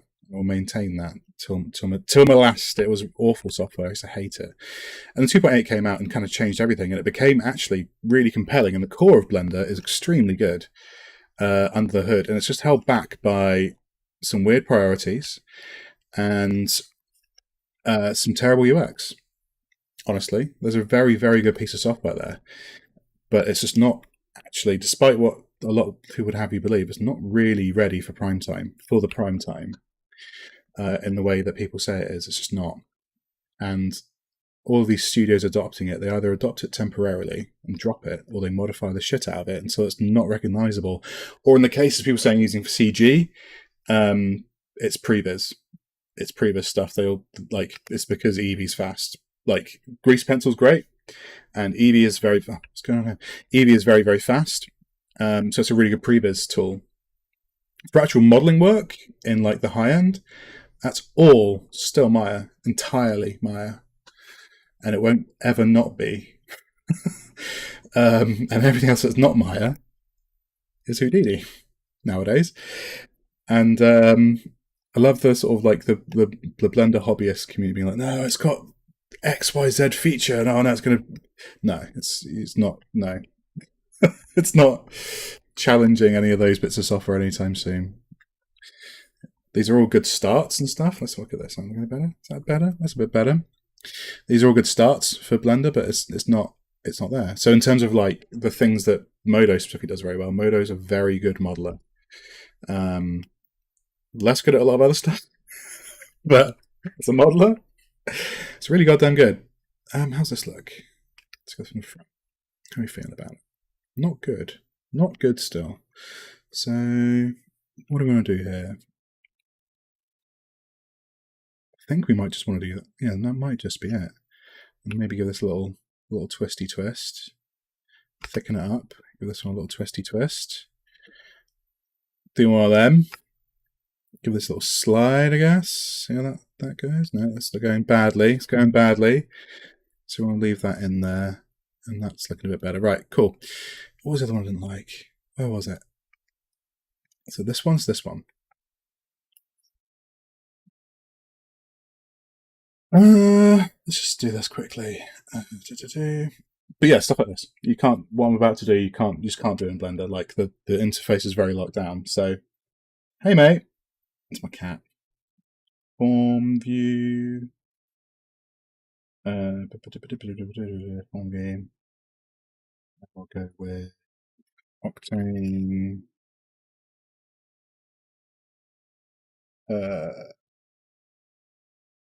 No, we'll keep that. Octane, open Octane render setup, open viewport. Is that going to work? Hey. And we'll just duplicate that. Drag it out. Wham it in there. And there we go. We've got a little Octane viewport. Imagine that. So, yeah, stuff like that. Like, I can have a little... So if I was on camera, I've got, I can toggle on and off. Great! I even change my settings and stuff. Right, so let's just give this a little look-see. How we feel about it.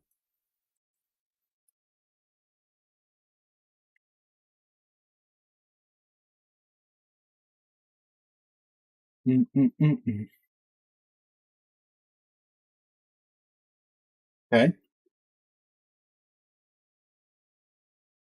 think I might want to get rid of this little wobble here. Don't like that wobble, Let's get rid of that. What's the best way to get rid of this? Think about this.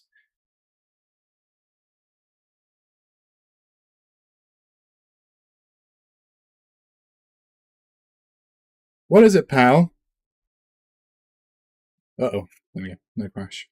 Thank God.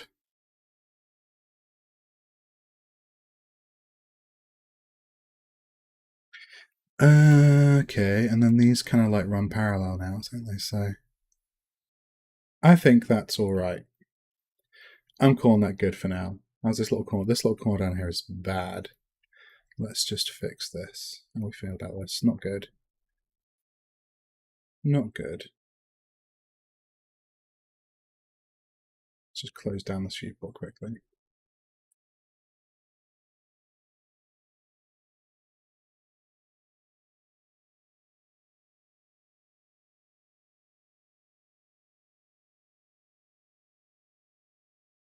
What? No.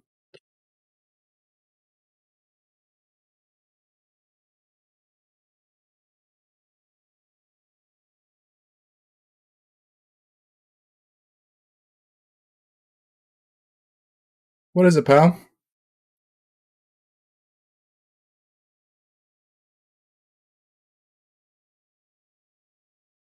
One minute.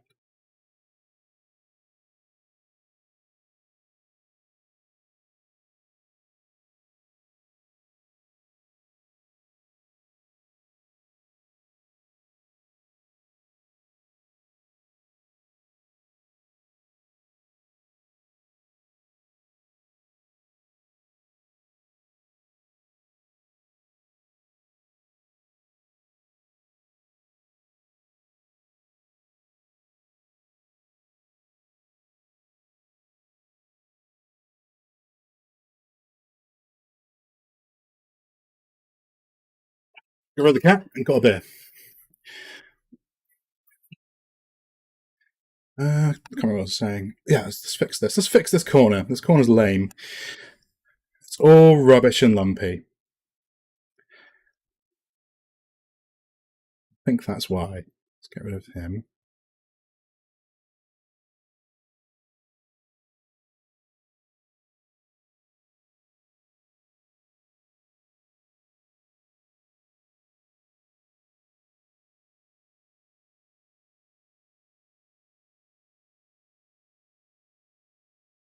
Back to there, that might do it.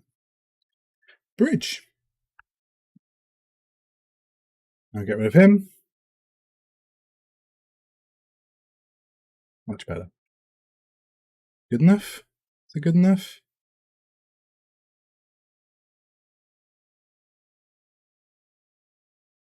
Where are we?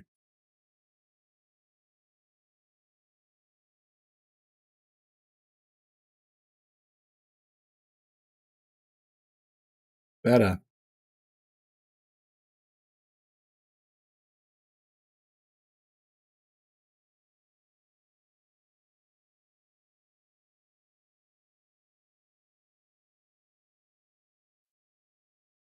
Okay.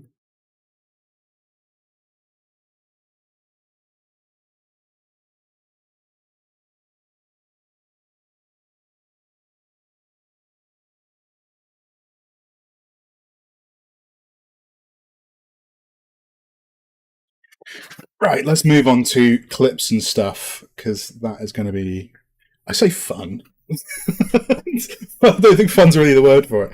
It's a thing that we'll do that should make it better. Trust. So, very unusual ideas of fun around these parts. So first off, we'll get the dimensions from this. We'll duplicate the whole thing.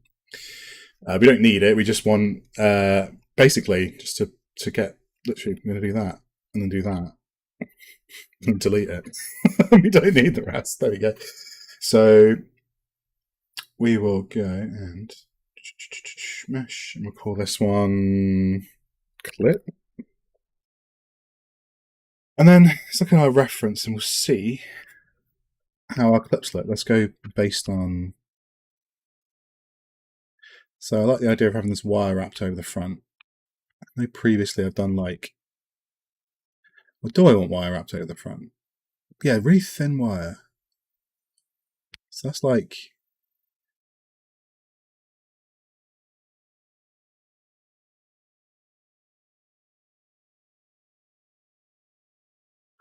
just a little pole that just sort of like goes in. I think I want like a polyurethane, not polyurethane, like a plexiglass cover for it as well. See how that looks. You know, I'm going to try the little poles first, actually, before doing this. Let's not do that. Let's get rid of this. Delete that. Create a new mesh. There we go. Done. Finished. Kidding. Right, so let's just do this.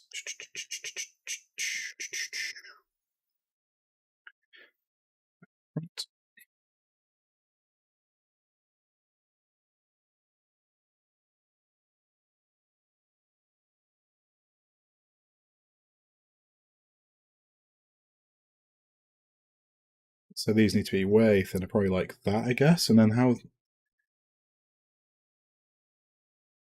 Yeah, and then you'd have like, let's look at like more neon reference. Neon sign attached to wall.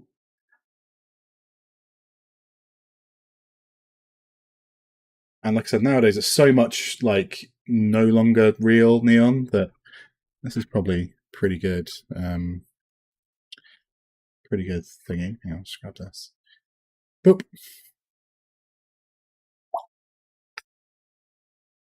Yeah, there we go. So these little clips go a little bit up and over the sides. And then I think they'll have like holes in the end. So if we're going to draw this, let's just do like, yeah, sure. So yeah, I think it'd be like the clip would go kind of like this. You have the clip base, screw there, come up and over like this, right? Tube goes through here. Instead of clipping round, we're going to do two little eyelets here. So the tube goes through. and then you can just sort of like knot a bit of wire around, or it can hold it in place instead of clipping on. So I think the profile would normally be like this sort of thing, like, and then you'd have your, like that, and then your tube goes through here. Or do you do both? Or is it like from the top? Do you have your tube come through? So here's your tube, right? Is it like that? And then the tube from, is it like, and then your holes are like that? And your wire goes through from underneath? Then that'll go through there.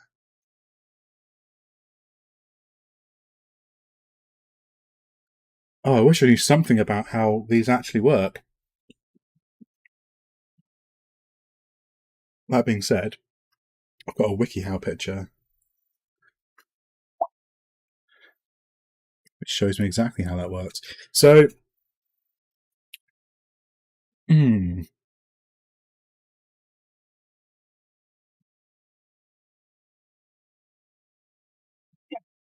let's mute that.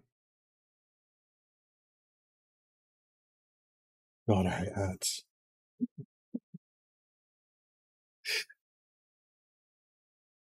Hurry up. Skip ads. Okay, sweet. So,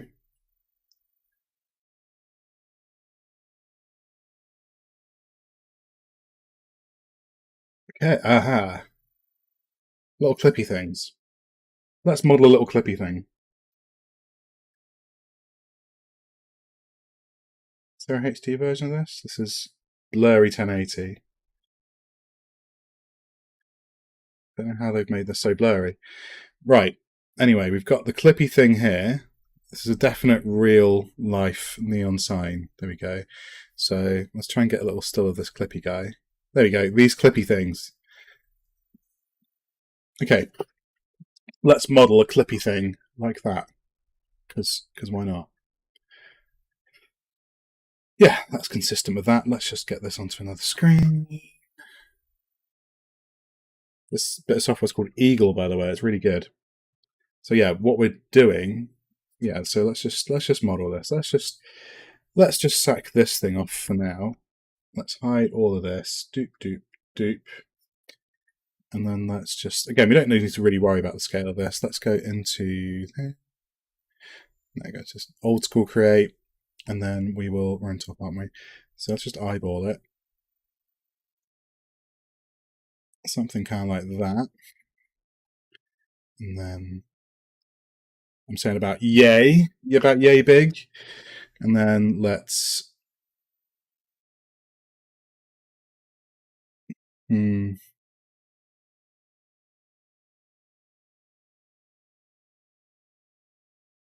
like that. And then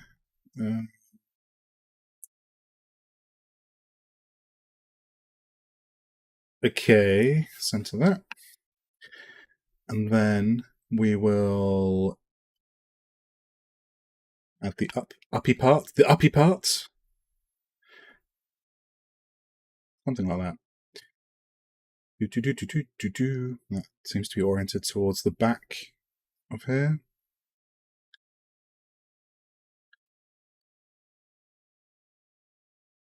I don't know how tall this should be.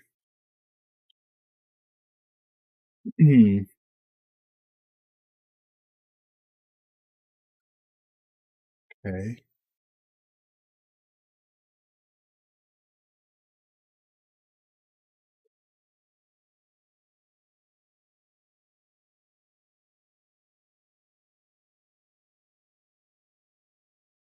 Being more on fill quads, fill grid pattern. There we go. So we want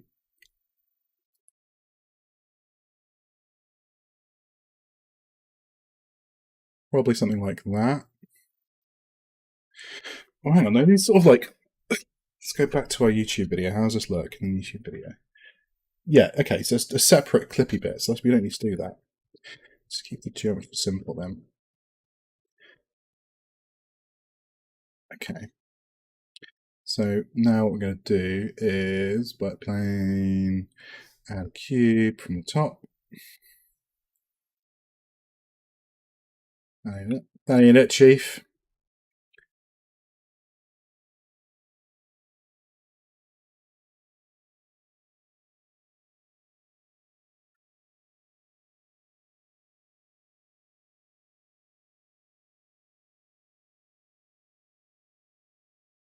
Yeah, some kind of like that.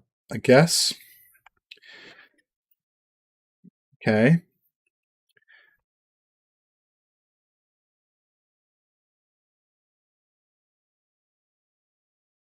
And then, um,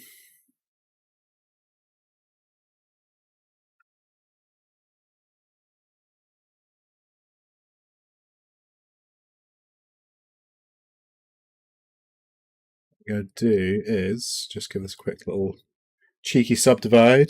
Another one. Why not? This is the laziest possible way to do this. So, you know.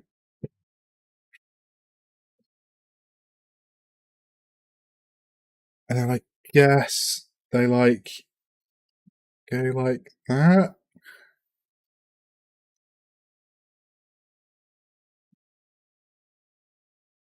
You know?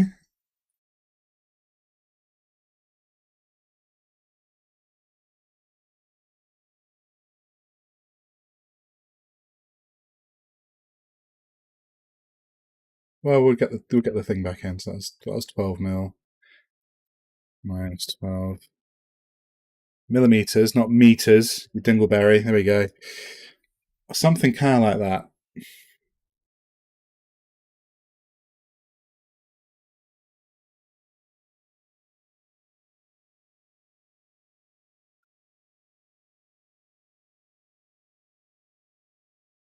With a little wiggle.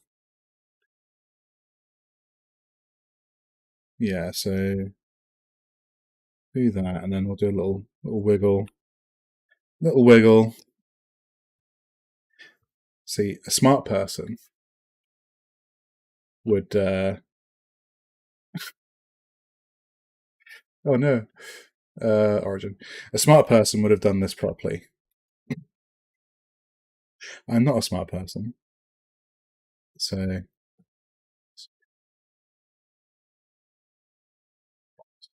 fuck it. There we go. I'll do good enough. So the clip's a little bit like that, right? Go back to our reference. All right, there we go. We've got our little something kind of like that, and then these fly out a little bit further.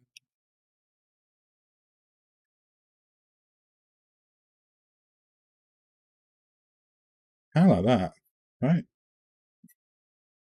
Seems to be the case.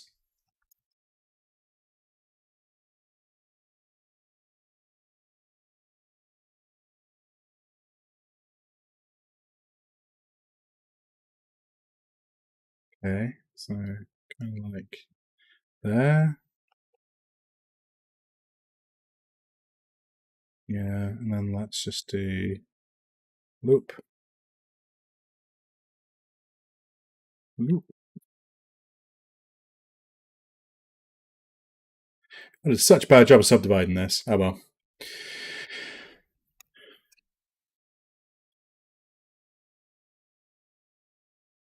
We'll just do this for now. Do one more.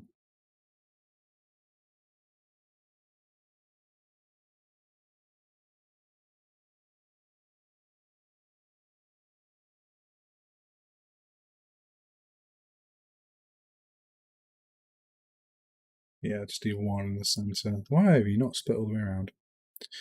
Where's my knife tool? Where's my knife tool? Let's just do this the old-fashioned way. Uh, uh, uh, uh, That's not. What? Yeah, pen slice. Pen slice.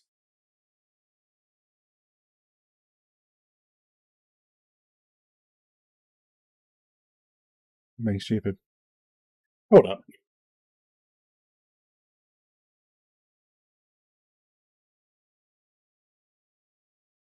Uh, this always happens when I just do things in real time and don't think about what I'm doing. I end up with shitty geometry.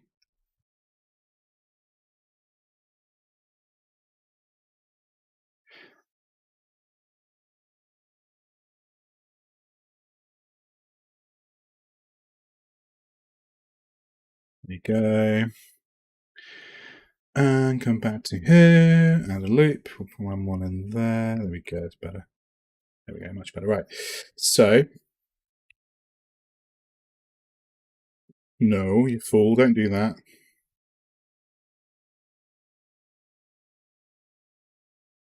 Better. Right. Perfect.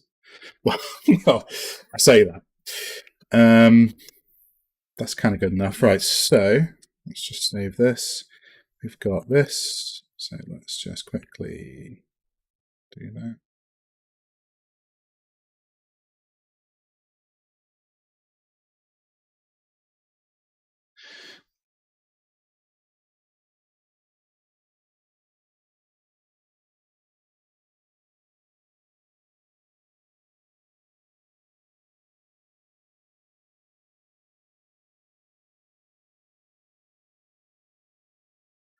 And then back on here.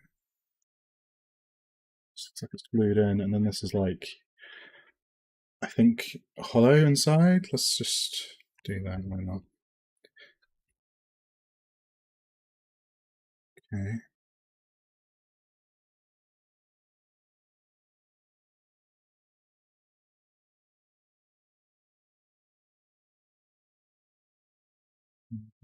Mm-hmm. And then do another one. There we go. Bring that in.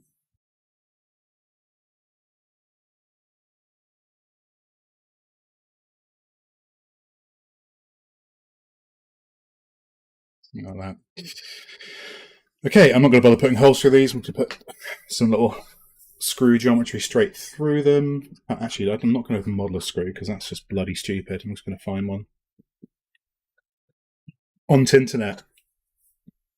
3D screw model.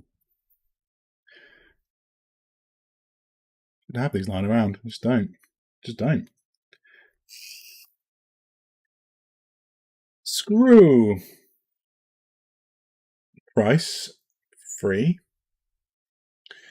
Uh,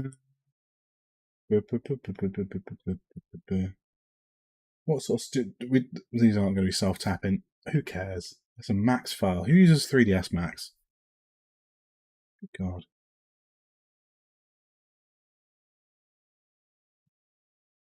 Let's log in. The screen's not showing. There we go. Yep, that's correct.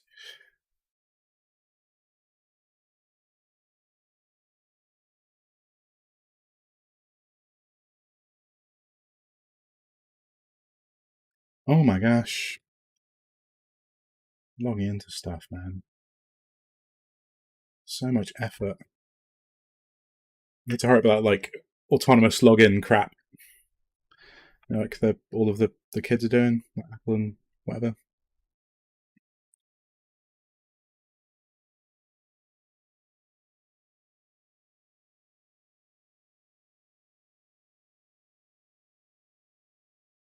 Well, we're waiting for the screw to download. I don't know why it's taking so long to download a screw.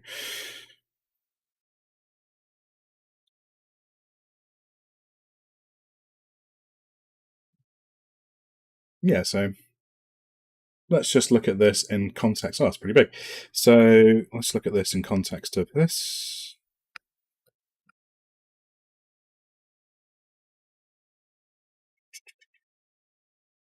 Okay, so obviously they're way too big, but that's fine. That's fine. It's fine. All right, it's fine. It's fine. It's fine. Oh,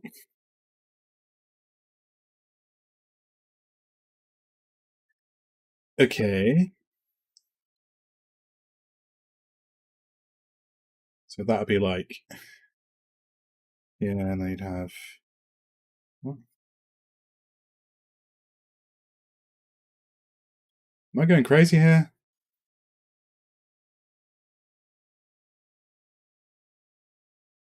What? What? Huh?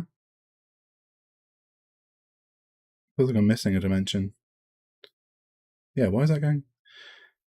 Okay, anyway. So, yeah, so something like that. Okay, cool.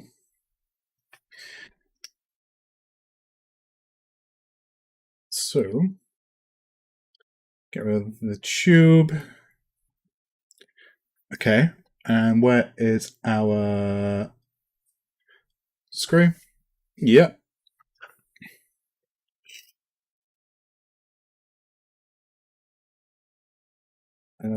Huh. What? Why are these all at weird angles, guy? Why are these so high poly, guy? Oh my god. Oh my god. I've made a terrible mistake. Who? Why would anyone do this?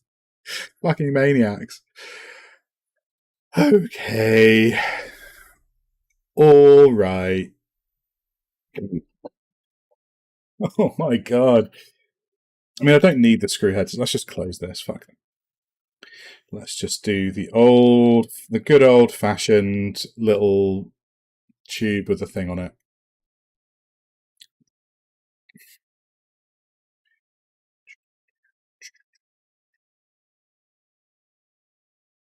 Do you ever think? That's the end of that sentence. Okay. What is the average diameter of the top of a screw head? Let's just get this scaled correctly, right? So let's just always be thinking about scale, I guess, if you're me. 10 mil. Okay, that's actually not far off. Let's call that, do I have a screw near here in sight of me? It'll be bigger than that, so that's, uh, what is the diameter of a screw? What is the diameter of what is the diameter of a screw? Tell me what the drugs are. What are we saying? I'm saying 14 mil is what I'm saying. I'm saying 14 mil.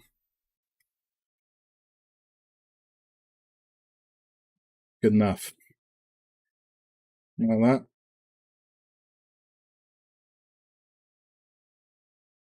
Okie dokie. Oh, where'd it go? Let's turn that off for a start.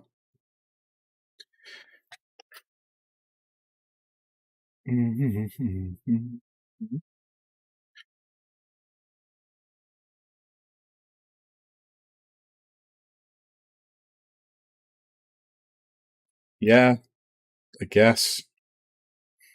Right? Doesn't really need a polygon on the bottom, but you know, who's counting? So, alright.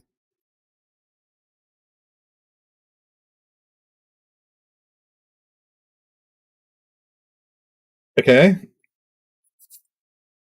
Right. Doesn't need screw head. Need screw head.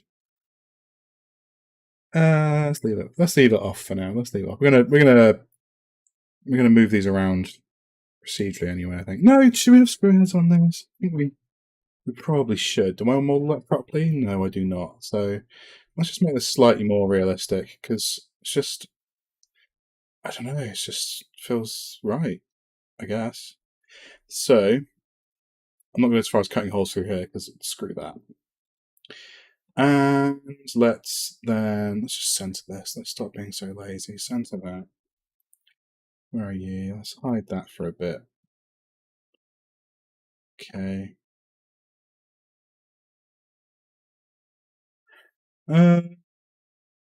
Let's think about this. Let's think about this. What's the quickest, most lazy way I can do this without using booleans?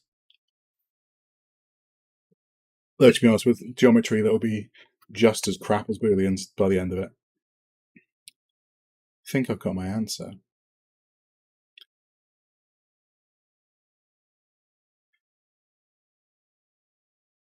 No, do I want to sub? Yeah, I'd want to sub D these. Would I? No, I wouldn't. Would I? Hang on. Hold up. Go around circles here. Do I just leave this for now? I'll just leave this for now, don't I? I'm just overthinking it. It's going to be fine. And if we need the extra realism or whatever later on, then exactly, fucking told you, didn't I? So right, let's just do this. Let's put one there, and then okay, and then we'll do another one here. This is your fake neon sign. You can put anything wherever you want. Bob Ross, Bob Ross, Bob Ross. Okay, right, and then two more go there, I guess. These screws feel too big. Okay, right.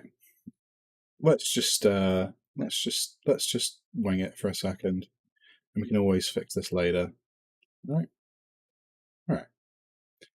Go all the way in there. And call this one screw.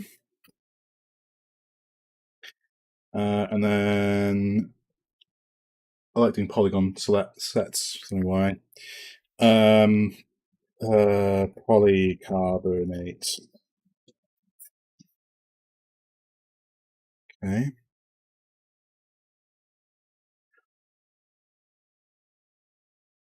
Do I do this properly? I don't do this properly. I just wing it. It's all fine. It's all fine. Oops.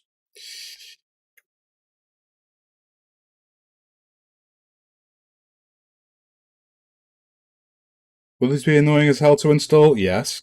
Does that matter? No. Or yes. One of them. One of the two. Let's do it like that. There we go.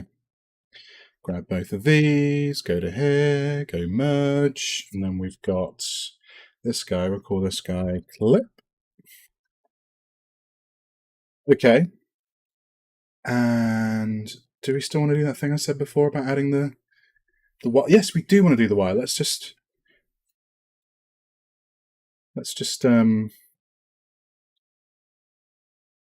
yeah, I know I should be doing this in symmetry. I know, mum, but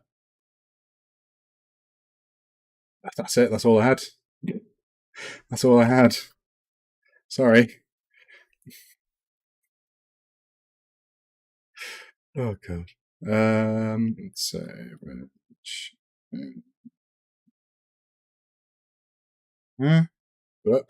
there we go.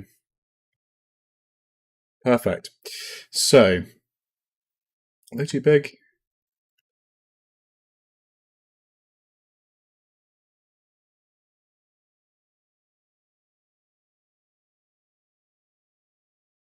Maybe.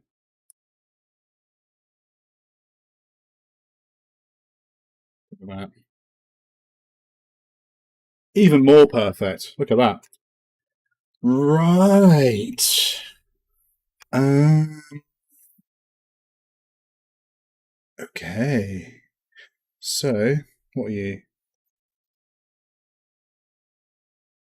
You sub D? You sub D? Bro? Yeah, you are now.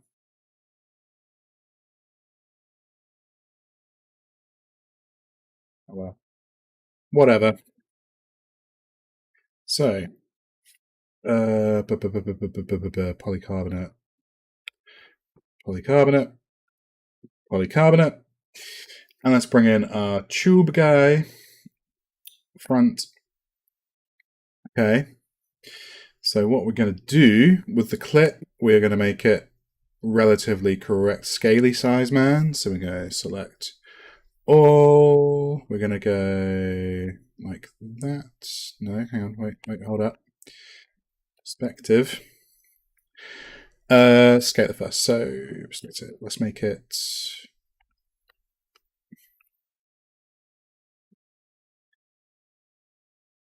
like that, I guess. And if that goes like no, so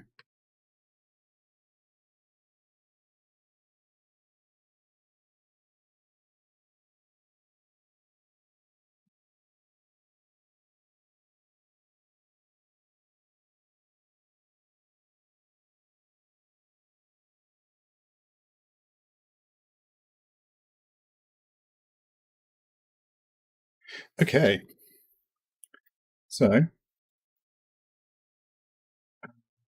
is it Shift D? There we go. Shift D. Get rid of that clip. Keep all this one, and then we will flip this. Where's the center? Why is the center so far off? Hold up. Clip 7. Where's my real clip? Where's my real clip? There we go. Why is that in the middle of the air? Oh my giddy something. It's like select center. Center bounding box. Bottom. There we go. That should be it. Right. Hide that clip. What we're going to do, we're going to go to parents group locator, and we'll call this one clips. And we don't want to touch our original clip. We're just going to instance all of these bad boys around where they need to be. That's kind of the right size, a little bit too big. Let's go back into clip. Mm-hmm.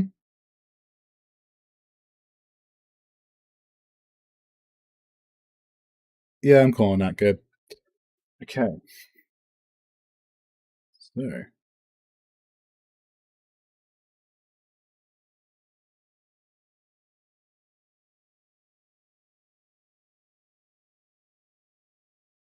they're on backwards.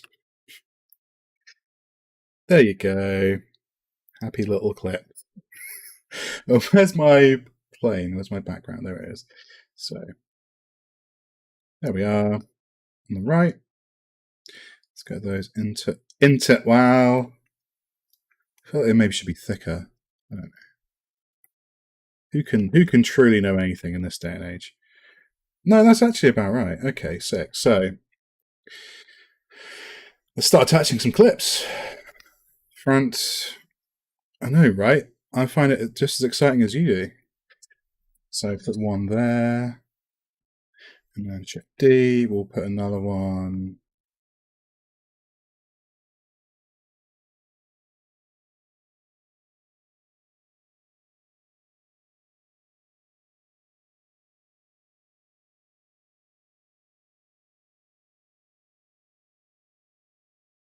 Okay.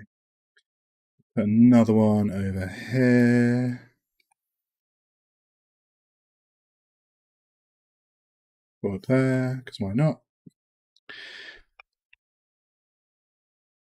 And then we'll put another one over here.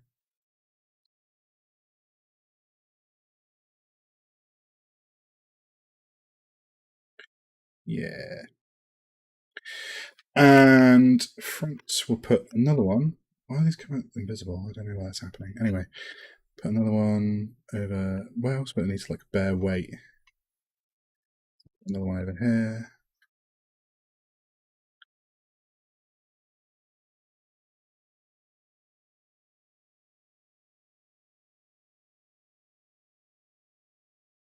Mouth intersect slightly, and then we probably want to have some like, you know,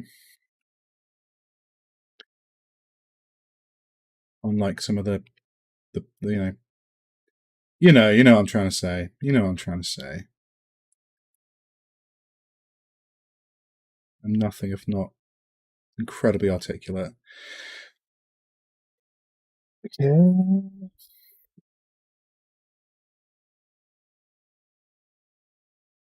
Let's just do a couple more of these. Let's do another one.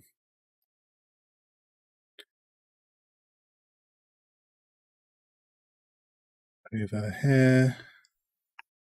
Like that. Okay.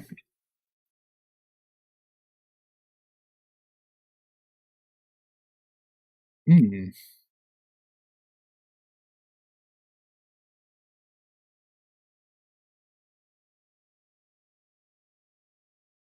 This guy, he's made a boo-boo. He's done this upside down because he's decided that if this was to be 3D, it needs some variation. He should do slightly less good workmanship to help sell the effect. Terrible workman. Let's need some clips. Let's do another vertical guy. Why are these coming invisible? That's very odd. Bug.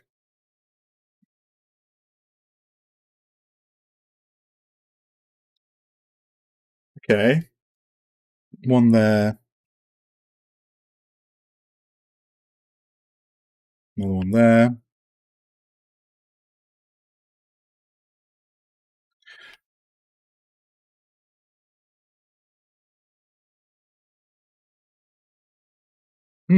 How's the outer ring held on? That's a good question. With clips, damn it.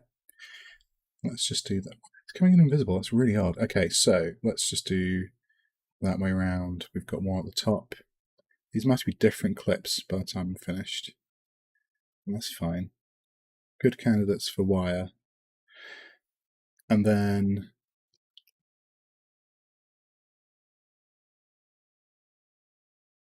this one would be, let's say we've got one over here. Oops, wrong way. Yeah.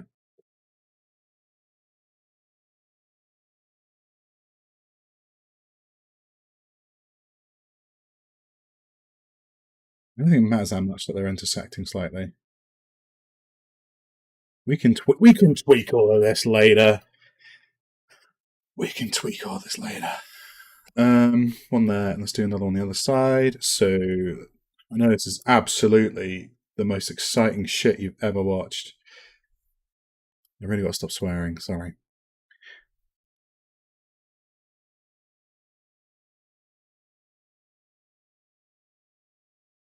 But no one's watching this. It doesn't really matter. I'm just swearing to myself, really.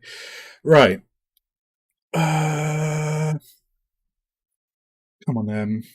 Let's wham another one over here.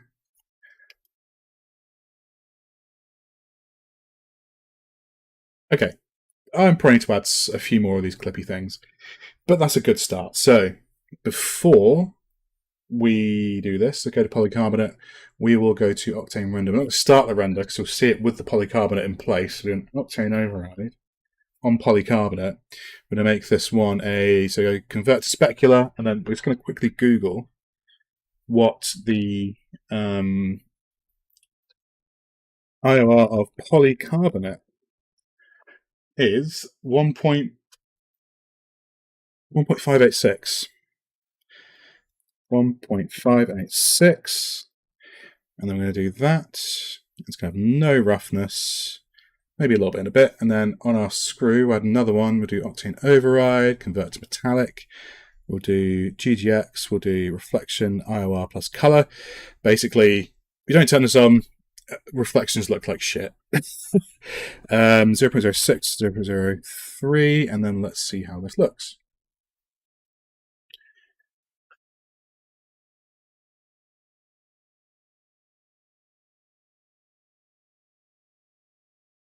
Are we starting to sell La Fantasy? Kinda. Yeah, kind of are. So, these are a bunch more clips, I think. Let's look at these clips up close. Up close clips. Yeah, they do need, I think the screw heads do need a little something, something. So, we'll cross that bridge when we come to it. We're going to do, so specular color. We're going to make these colors, metals, and make this, what's this? List. Chrome? No, it'll be chrome. It'll be steel, I guess. Don't crash. Oh, you fuck. Oh, there we go.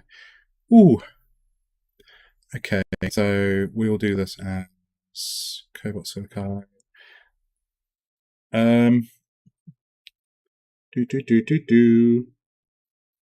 Let's go nickel.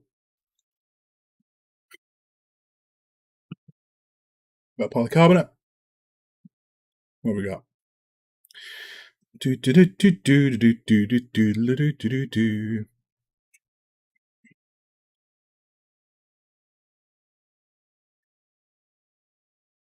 Okay. Let's just satisfy my weird obsessions quickly. We'll go and add a texture. We'll add a. Where are we?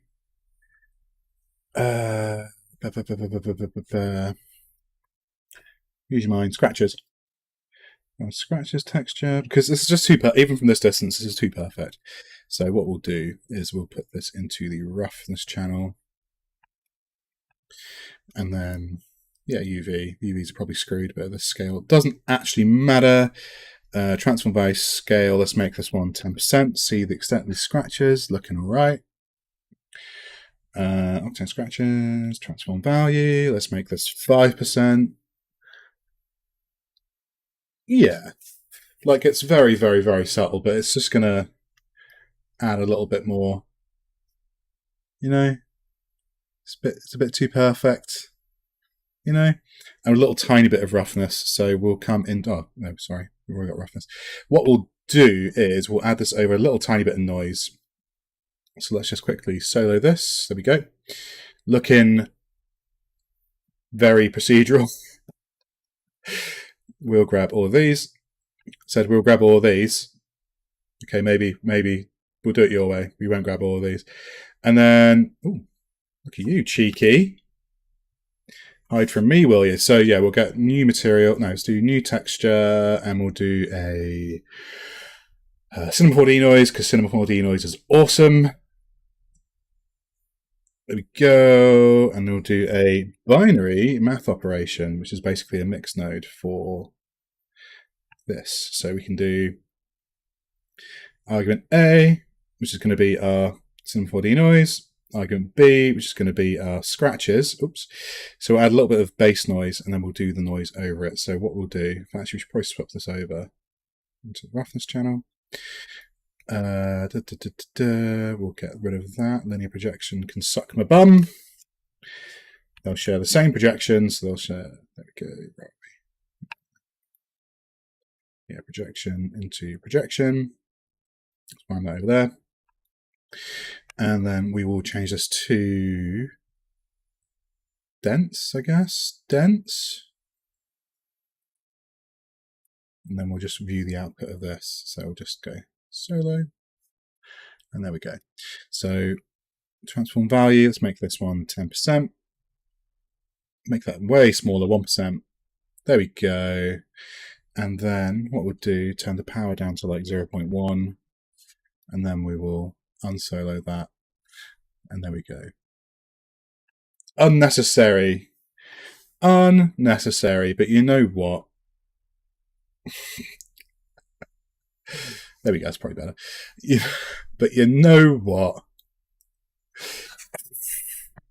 Exactly, right? Exactly. So that's quickly just... Sorry, I'm just such an anal person. There we go.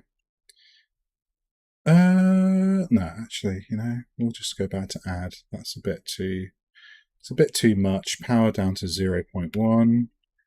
There we go. No, maybe 0.5. 0.56.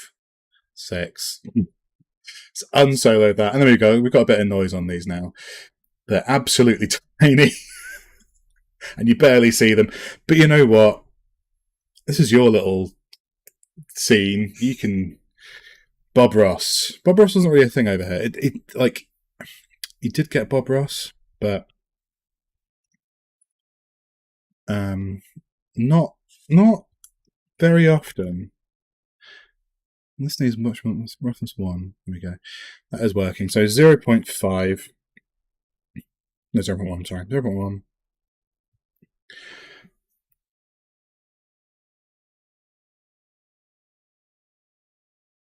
Mm. 0.15. Let's split that difference. Right. Okay. Let's come back out. Do we need screw heads on there? I don't think we actually do. We probably don't. That'd be a bit overkill. So far, getting there. Totally starting to look cool. What we need now is additional layers of yum yum smelly yum times. To use the technical term used in industry. Don't worry, you might not have heard it. It's for the insiders only, okay? Let's put a few more clips in. Let's start running some wires. And then we're getting probably towards the end point. I think what I do want to do, actually, is try this out in some different backgrounds, like on different wall textures. Let's find like an aged brick wall texture. Let's go to Texture Haven. Because the wires are going to be boring. And I kind of want to finish this now because it's only taken. What happened? Okay. Aha. Brick Wall 02. How you looking, Brick Wall 02? The record, Brick Wall 02 looks like this guy. Looks pretty good, right? And what texture? We want like a 4K. Let's just do a zip file. Let's do normal. Okay. Yeah. Okay. All right.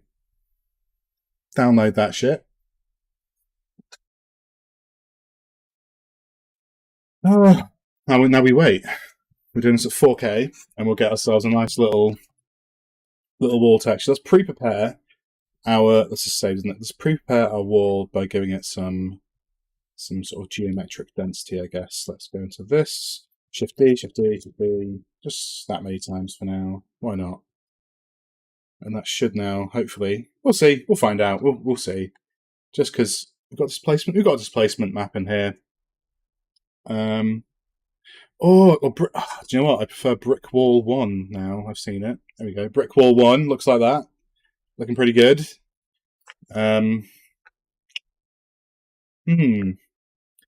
We'll just wait for our downloads to do the downloads.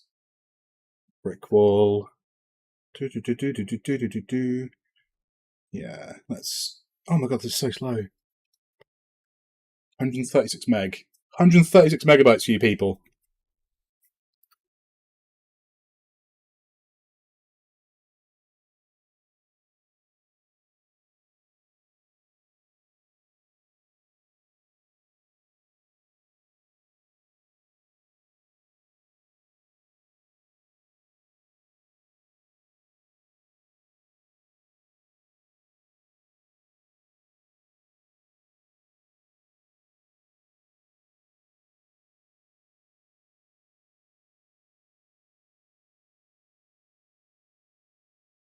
I'm eating crisps.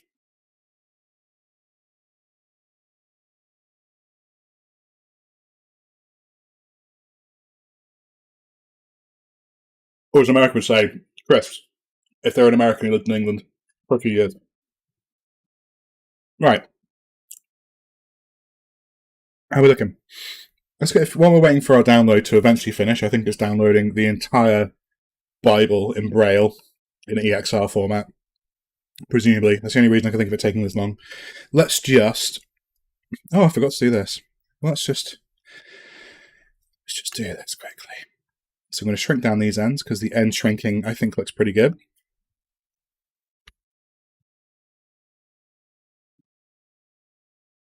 So I'm going to go into our preview. We're going to do smooth shift.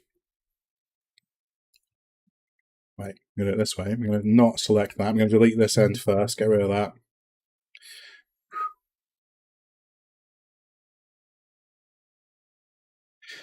And do one of them. Get rid of that. Do one of them. Do one of them. Oops, no, wrong button. Do one of them. Do one of them. Do one of them. Do one of them. Do one of them. Do one of them. Do one of them. Do that. There we go. Actually, that.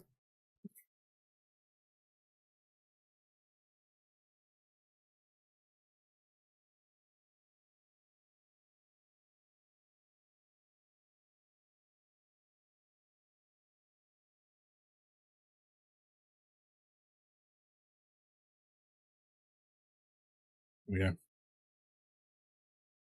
There you go. What's going on here? There you go. Wunderbar.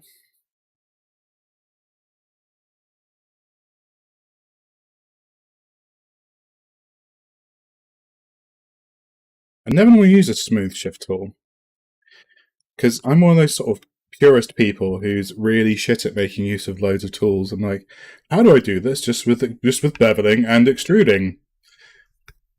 Because there's a word for that kind of person. I think it's an idiot.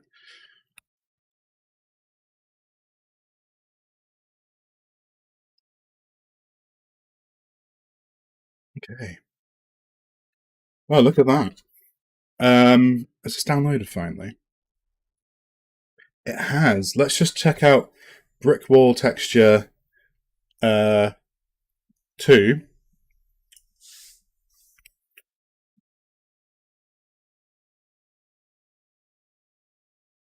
Okay.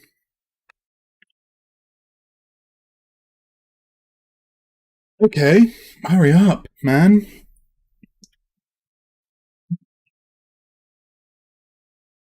Okay, so let's go to our wall, grab that. Wall. We go, add an octane override for wall. Then what we're going to do is we're going to bring in, this is a glossy, isn't it? Yeah, so we're going to bring in a, that work? Should just be able to drag that in, really.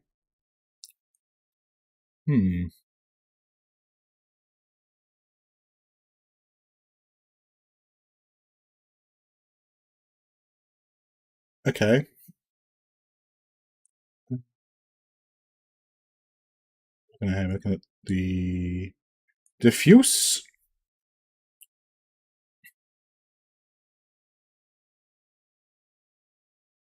Oh, wow, beautiful. The bricks are a little bit big, aren't they? There we go. Yeah, 2, 2. Why not? Okay, so don't worry, we'll fix that in a minute. Let's do it now. Let's do a new. Where are we? Projection. We'll do a. Do what am I doing? Mesh UV. Thank you. Jeez, man. Why didn't you? Like? You know? Jeez. New transform. 2D transformation. Hang on. I don't want to do it like that.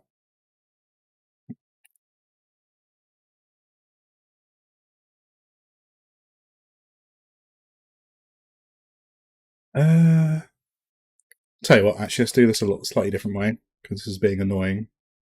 We will just delete all of these, yes.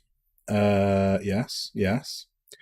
And then we will do a new texture, and we'll do this way, RGB, because you bring it in RGB.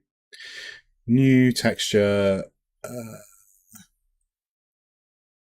RGB image, because it brings in the stuff for you. And there's a bunch of different nodes, and I'm really bad at committing stuff to memory, right? Like, is that just me? If I do something a certain way, I don't bother thinking about doing it the other way because I'm stupid, I guess. I suppose. So there we go. So yeah, now we've got our projection set up correctly. So we can do our transform. Let's do this at 50%. So let's eyeball it. Probably 35%. If it's a meter across, how big's a brick? Average size of a brick. 215. So that's too big. Let's say 30%. So 215. If it's a meter, that means you'd get 5 across. So 1, 2, 3, 4. So it's down to about 25. So that's about five bricks across to get that. It just takes 5 seconds, guys, to get the scale correct, and then the scale's correct. So RGB image. There we go. Grab that. Go browse. We'll add the roughness. And then we'll hook these two up. So we'll go back to here. So projection is there. And then transform value is... Thank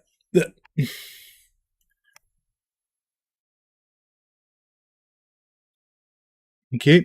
There.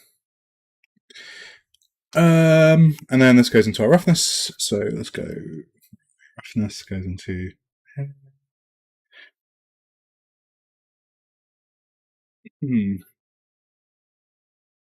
Hold up. How's that looking? See, I don't think I like this. Feels like the grout's too far apart. Anyway, let's just quickly RGB image. Let's just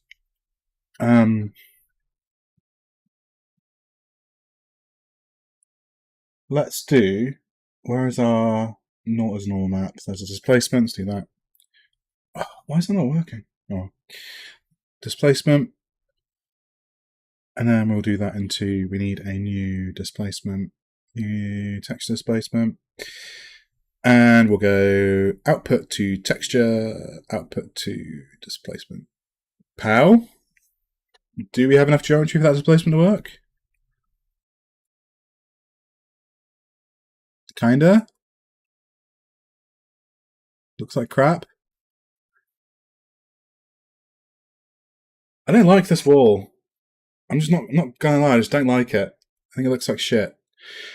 That's just I just don't like it. Guys, I just don't like it. Alright, I just don't like it. So let's get rid of all that crap. And then let's download the wall we should have got in the first place, was brick wall.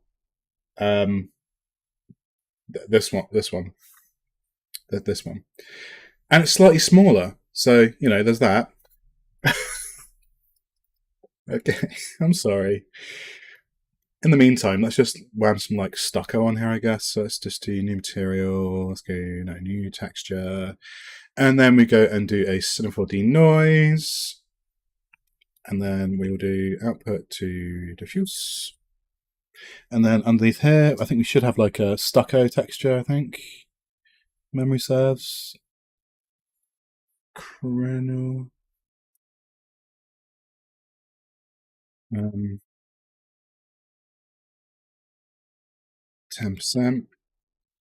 It's the wrong kind of noise, but we just want to see something working. So let's go with nope.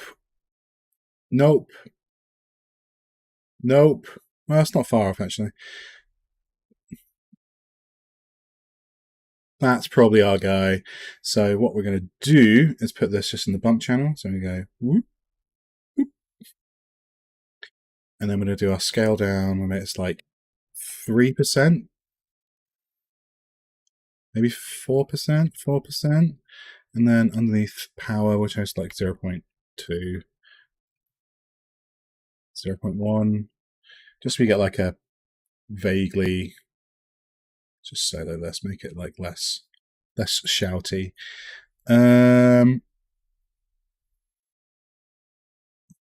Yeah, why not? Well, wait, we'll have a little kind of pseudo stucco vibe going on.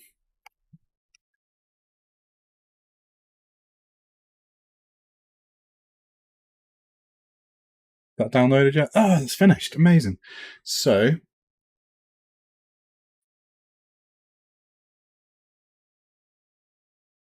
I love how that does that right there. So,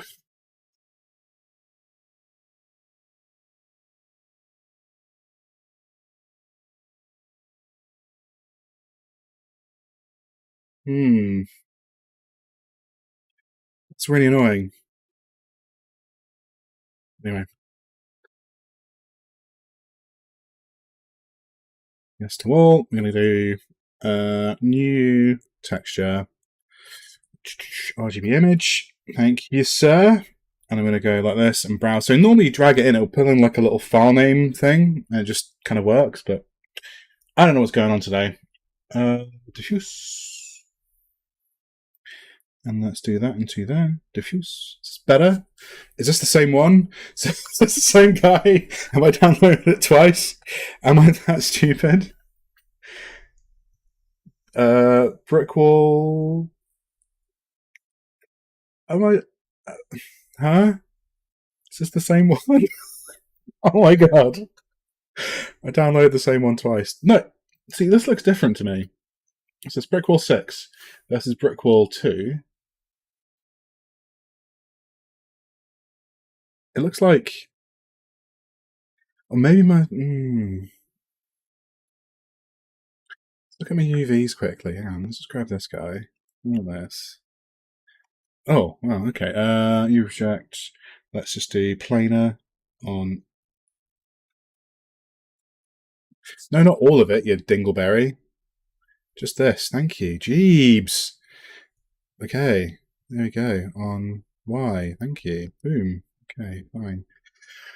Right.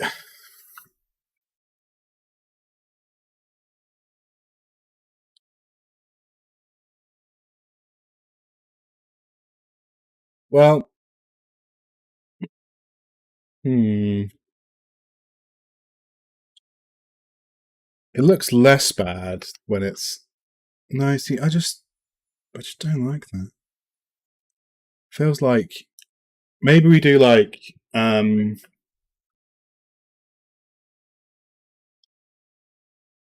people want to see bricks, right? Am I imagining things?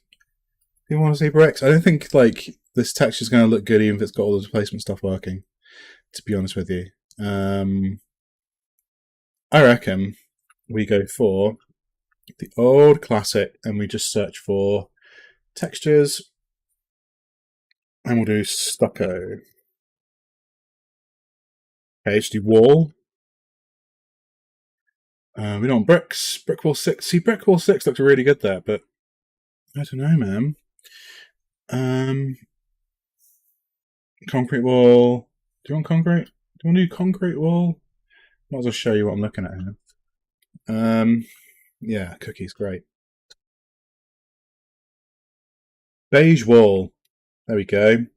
A bit of beige wall.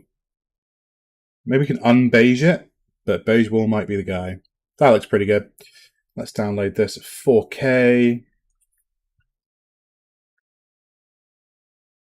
I guess I can run some cables while I'm waiting.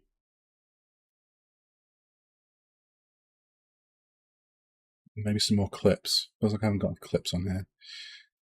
No, crazy, right? So let's grab one of these, grab him, let's go into front view, let's go like that, grab him, he's still invisible. It's the thing that keeps happening. Let's put one, no, I don't want one there, do I want one there? Feel like you might want one like here?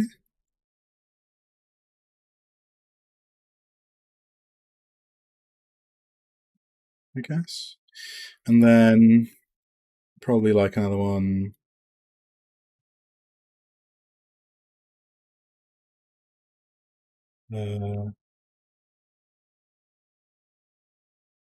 Like,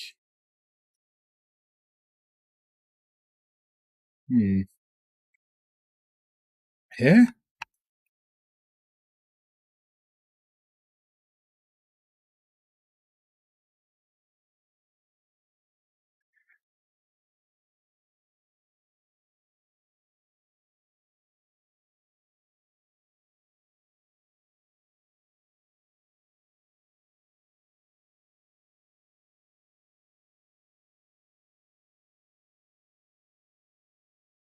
Yeah, these have quite a lot, but they have quite a lot of clips, or not that many. I really don't know. If there was someone here, they'd be able to tell me like what would be a good looking clip distribution. But I'm just gonna go kind of nuts.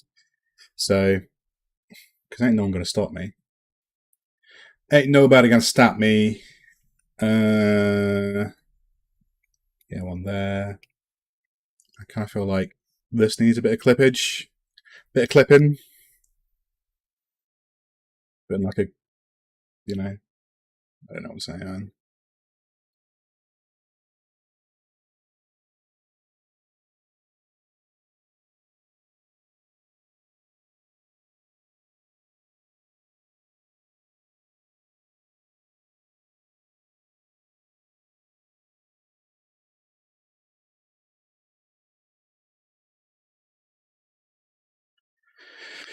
Okay. Well, I suppose I've got to stop putting it off in a minute. I've got to start doing these wires, haven't I? And then I can get this thing fucking finished. And then I can probably refine it off camera. Um, off camera, off stream. And then, I mean, it would be fun to end. What time are we on? It'd be fun to end with something sort of like partially finished, but I'm getting a bit tired and I need to do some other stuff today. So might, I'm not tired, but like, you know, I need to do some other stuff today. This needs another clip for shoresies. Let's do this. Shift D. Right, yeah. So what we got to do on there.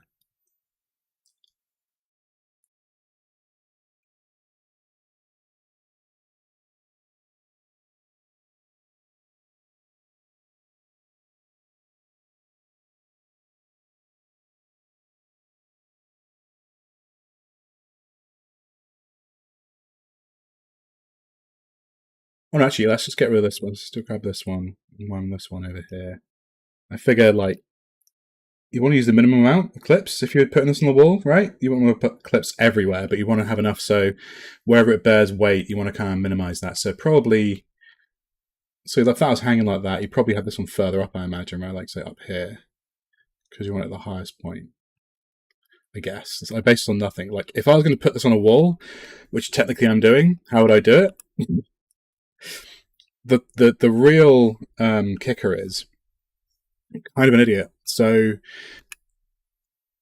how would a non-idiot who wasn't awful at DIY do this? Or DIY, or fitting lights, I guess?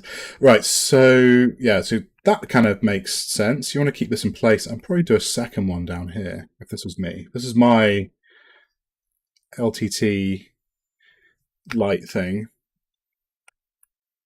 I'll probably do that. I mean, given all what I've said, this technically is my LTT light thing, right?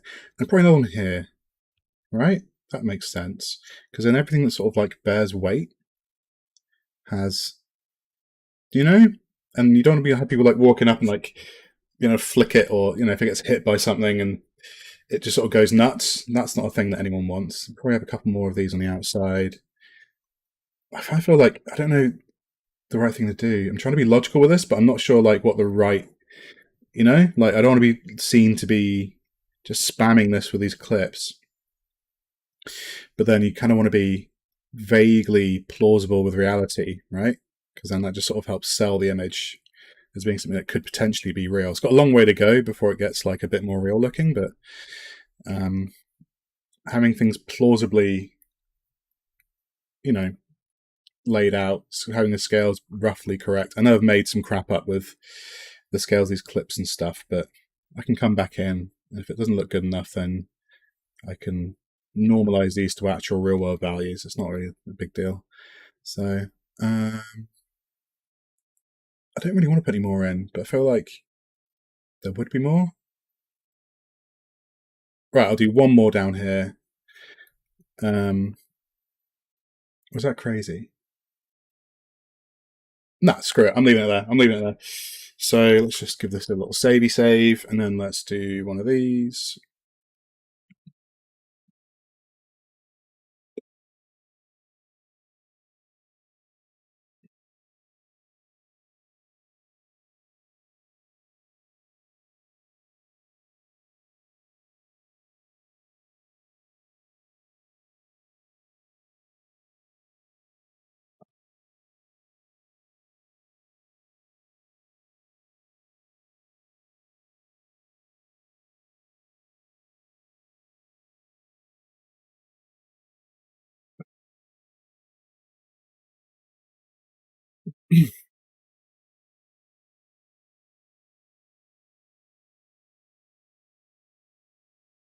Okay, so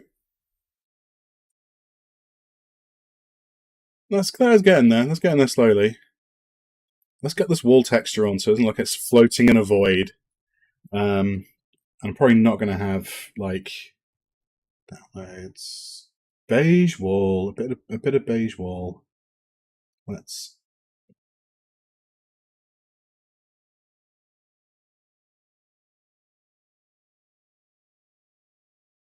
How do you feel about beige walls? I feel good about beige walls personally.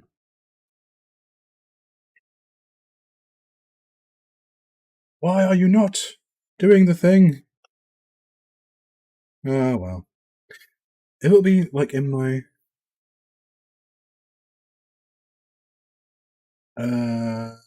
clips. Yeah. Wait, hang on. Beige wall. I knew. It was just stupid. Okay, let's grab this. Drag it down here. Drag that out. Drag that into here. Right. There we go. Beige wall. Beige wall displacement. Thank you.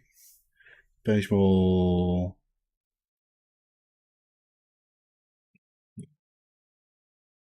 Roughness. Thank you. And now we go. Oh, let's just do this way. Should we go new texture? RGB image, there we go. And you hook these up like so into file name. Thank you. Good golly.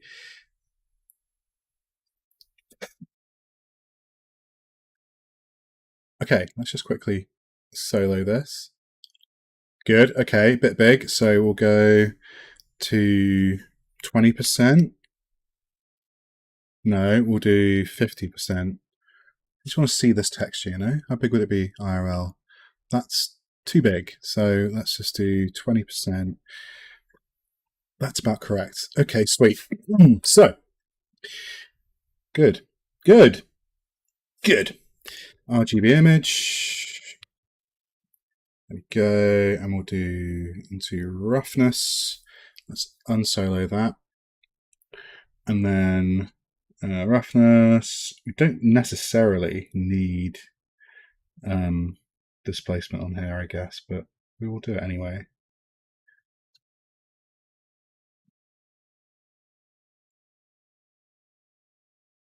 Okay, and then we'll just do displacement, new displacement, new displacement, new texture displacement. We'll do texture displacement.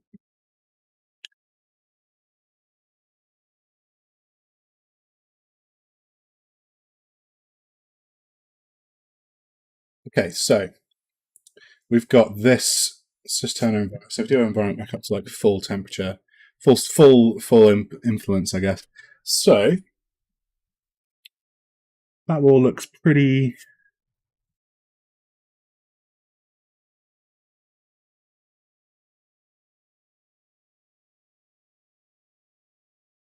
Needs a bit more work, but let's change to a more interesting HDR.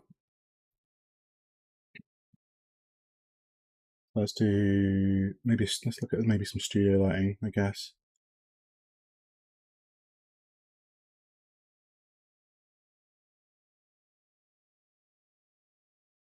Good old Studio Small 04. There we go. But you're too bright, so let's go and do. Let's do 0.3.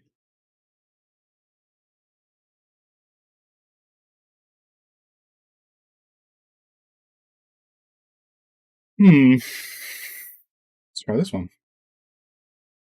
Much better.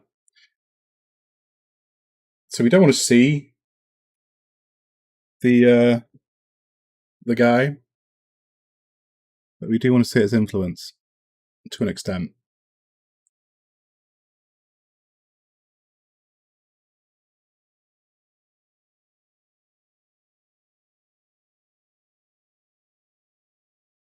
While we're here, let's just piss about with the imager for a second. Let's do this. Post-processing, see what that does. What do we get? Oh, that's pretty good. Pretty quick one, pretty quick render as well. So we'll do camera, imager. Right, let's just do response curve. Let's wham on a, yeah. Love a bit of old school Kodak shit. These are really fun. I do love them.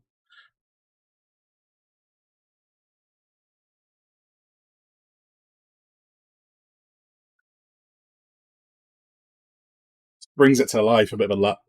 So we can probably up this now back to a reasonable number. And then just for artsy sake, we'll make this bigger. Let's make this 50%.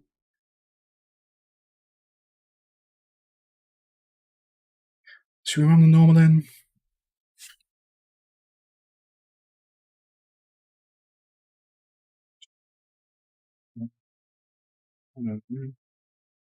No, actually, let's leave that. Let's leave the normal off for now. Actually, let's see.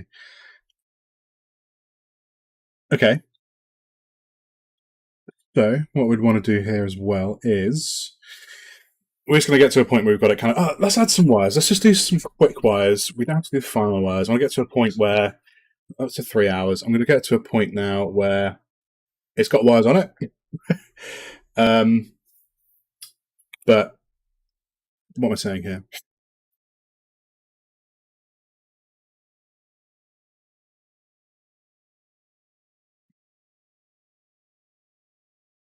I'm going to refine this off camera is basically what I'm saying. So let's just do one of these. We'll do, and this is a lazy way of doing it. Let's just do this 10 millimeters.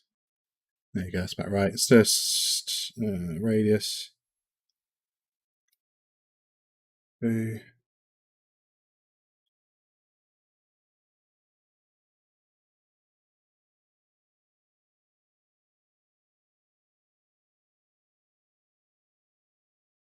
I may regret this.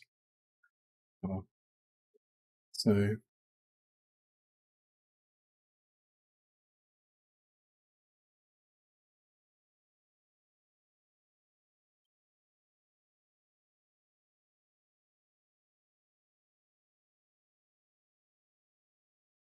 actually, believe it or not, there's a plugin in Blender that does a really good job of this, which I might actually use. And I could do the final render in Blender, and then because I can use like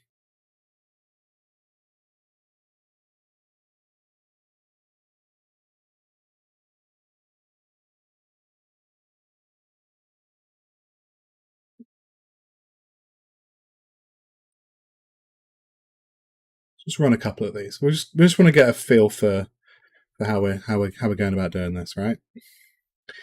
We don't have to do this like full on properly. Let's just do that like perspective. Let's just like do that thing. I like doing this. Just like wrap a little wire around it, I guess. So let's just go top view, grab that out. We want to like generally kind of wrap this wire around here, like so, kind of like that. And then this will then plug into here. So from the top view, we'll go like that.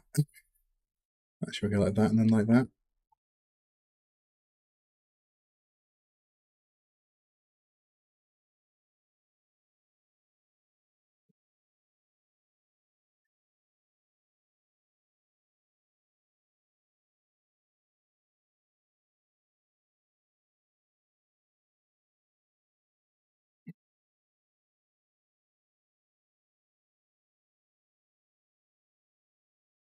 Okay, and then we'll just close the wire. And now we'll do another one. So we'll start this one here. And we'll wrap this one down. Where are we? And you're like, hey, this looks really annoying. That looks so annoying. So yeah, it is. That's why that's why I left it until last. No, I could do this with Beziers and it'd be a bit easier, but I think I don't really want to be pissing around with the procedural stuff because this just if you can just stick with it for a little while, it's not too bad.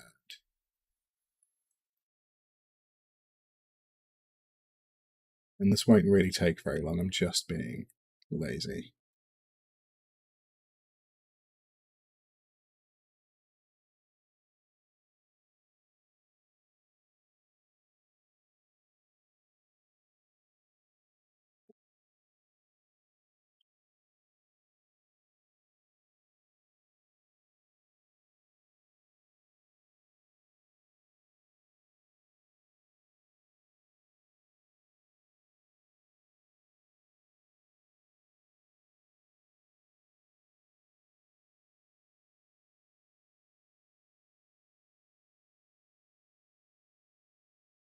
Yeah, it's a little bit fiddly. This sort of thing is always a bit fiddly in 3D, though, to be honest. There's never an unfiddly way of doing this, really.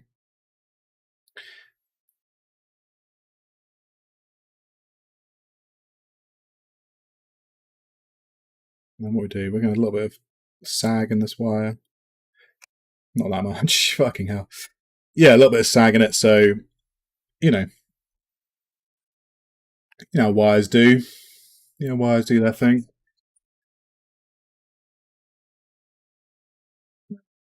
Wire. 2 down, shitload to go.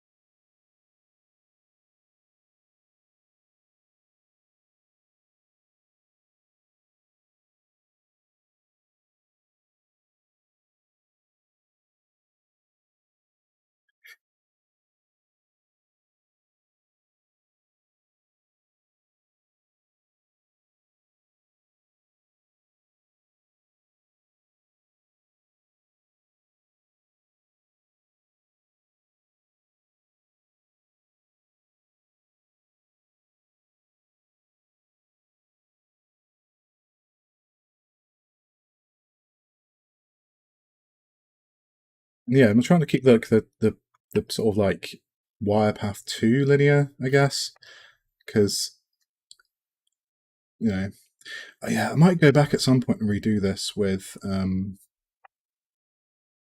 that plugin in Blender. Cable Rater, I think it's called. Okay. And again, I don't really understand what these wires, how these are wired up, right? So I'm just going to guess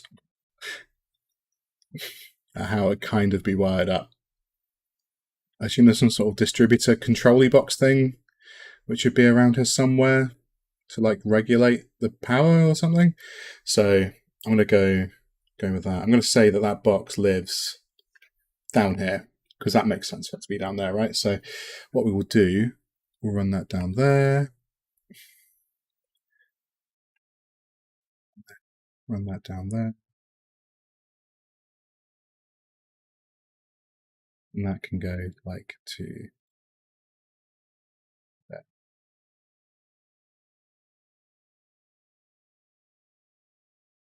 Just hide that behind there for now. And this is kind of like clingish to the wall, I suppose. This is hanging under its own weight, right? So let's do that. Do a bit of that. Wires! Wires, Stanley, wires. Who's Stanley? What? That's not a reference to anything. I just said. Okay, well, you know, not everything has to be reference comedy, guys. Right? You know, be original every now and again. It could be a reference. I don't have any original ideas, so you know, there's that. I'm known non-original idea haver, me, as evidenced by let's just take this thing that someone else did ages ago and just do it again, but do it in 3D. It's a quality idea for a stream that no one watched. Oh well, I'm having fun. I'm having a time. Oh shit. Oh shit, I done fucked up. Hang on. Oh!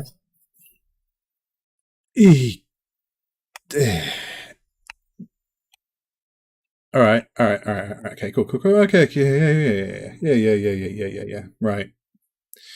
Get, hey, there we are. Right, so get that one down there. This feels like I'm wrestling. And this is the, I mean, it's not a bad tool. It's relatively like artist friendly, I guess. Sort of, not really. I'm just lying straight to your face. It's actually really annoying. But no, it's quick. It's very, very fast and very interactive. It does do the do. It does do the do. And then we've got to figure out where this box is going to go. And then I figure like, I don't know. Okay. So we've got 2 more wires to run. Sweet. These wires do feel a little bit thick, I'm not going to lie, but well, that's the end of that sentence. Maybe they're not. I don't know. I don't know anything. Okay. Let's get that like that. In the front view, we're going to hang this down. Let's grab that one, bring it down like that.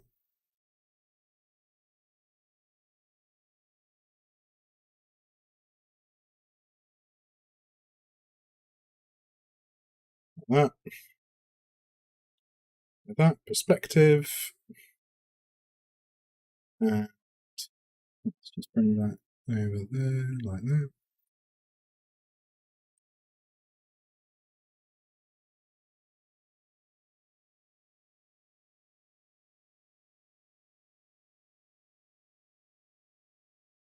Why am I struggling so much to plug this in?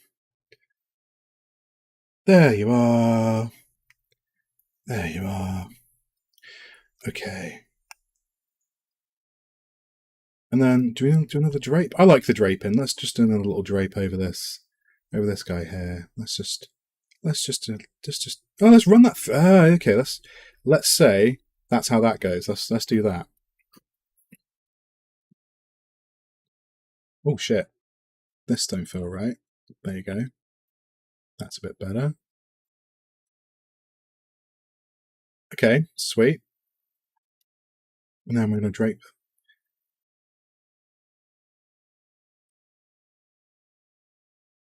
Yeah, I like that. That's kind of like pretty close. There we go.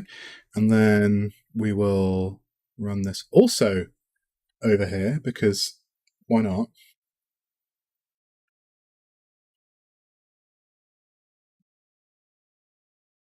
Kind of feels like people run wires, right? About to say I've never run a wire, but I have. I've run several wires. Wi-Fi lead. You got no idea. So exciting, my world. I'm getting tired. I get sassier and stop being so polite or whatever. I don't know. I don't know what I'm talking about, man. So let's do that. Sick. Okay. And any more to run? One more. Fuck me. Okay, so last one. Last one. And then we'll call it quits for the day. Yeah. Right. Doop-a-doop. Have you ever watched American Horror Story? I've been watching American Horror Story. That shit's wild. That's crazy. Yeah, I guess I'm like about 10 years too late to the whole American Horror Story thing, but I don't really watch much TV, so give me a break. Like, do you ever get a thing where you're like, oh, I should go and watch that movie? You know, that movie Ides of March. That sounds good. Came out in 2008, and I'm like, oh yeah, that's a new contemporary film. You know, is that just me? I think that might just be me. I don't know how people find so much time to watch TV. I used to watch a lot of TV at some point, but I don't know how I did anything else. And I sort of like intentionally stopped one day, like stopped, but like cut right back on the amount of TV I watched. Because I felt like it was losing my ability to do anything else in my time. I felt like I was taking up too much of my time. And now I can't really imagine what I did before I watched. Do you know, before, just me? I don't know. And then the people think like I'm the weird one because like I don't watch tons of TV, and I'm like, I think it's kind of weird to watch lots of TV, and not like in a judgmental way. I'm just sort of like, wow, do you want to do anything else?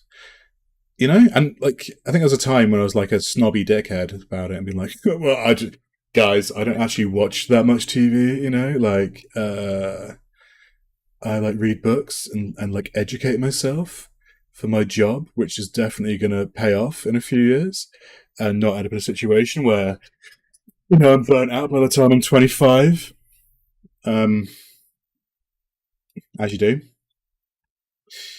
But yeah, now it's just end up a point where I just kind of don't watch TV and don't really understand how people get the time. Same with video games. I like video games. I like video games a lot, but I don't spend that much time playing them because they're like really time consuming. And I do other stuff with my time, like this sort of crap, you know? Watch a lot of YouTube. That's probably my vice. Still watch a lot of YouTube, which I think is basically the same as TV, right? But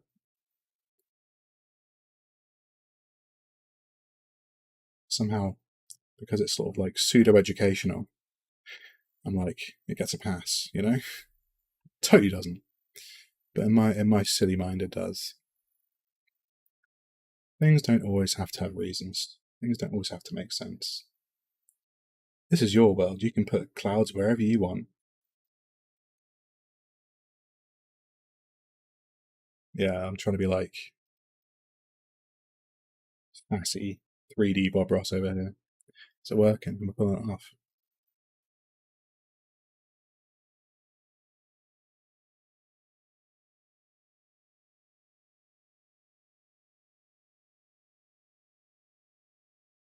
Okay, this part of the wire goes like that ish. Okay, wire. So, wire. And before we turn on the render and we see how it looks, it's looking like wires. I don't know. I don't know, man. I don't know nothing. So, wire. Let's just do Octane Override for wire. It's just going to stay glossy. We're going to do energy preserving, and we're going to change the color to nearly black, like that. Just a little bit, not black. And then a bit like me. I don't know what I'm going on about. My mum's white. Leave me alone. Leave me alone. And let's see what we got. Well, that bit of wiring looks weird as fuck, but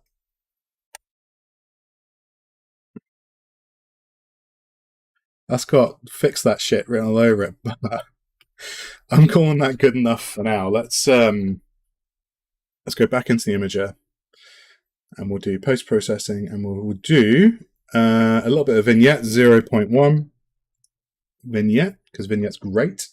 We'll wham in a little bit of lens flare because everyone loves a little bit, not lens flare, a little bit of depth of field, although you'll barely see it at this distance, but you know, it'll be there.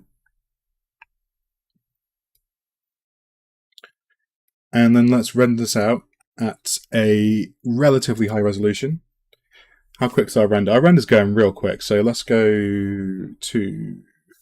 In fact, actually, let's do allow caustics and all this stuff, and then we'll see how that comes out. Let's go back into what we got.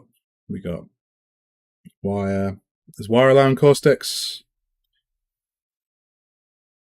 It is. Neon. Is the outer layer allowing caustics in the specular? It is. Okay.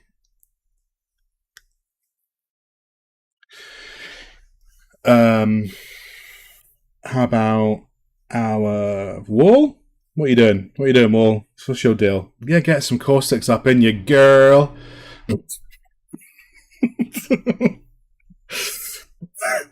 I don't know. I'm tired. Right, so occlusion paint. I don't need it, but whatever. Let's chuck that on anyway.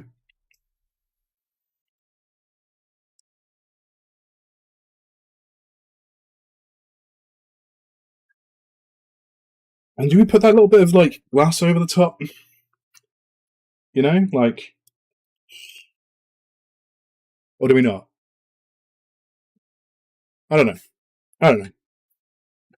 Either way. Okay, so our render time's 21 seconds at this resolution, so let's just see if we can get it a little bit higher. Let's maybe turn up that vignette a little bit more. Imager vignette. 1. No. 0.2. There we go. Mm-hmm. It's tone denoising. And what we'll do is we will go into our render settings. So we'll go up to here, render, and we'll change this to 1920 by 1080 by 1080. So see what HD does. I think it'll be pretty quick. Saying a minute at 1024. I don't think we'll need as many samples as that for denoising. I think we probably just need like 512. 512.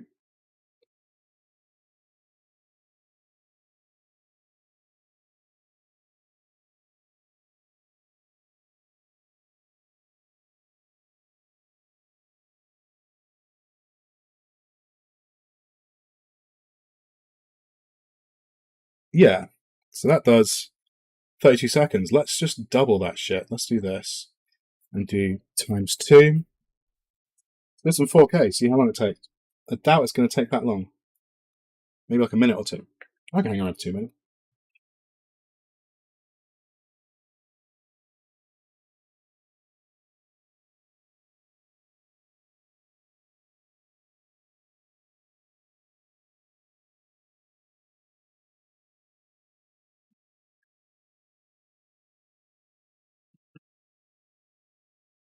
Oh yeah, we're flying through these. We are flying through these samples.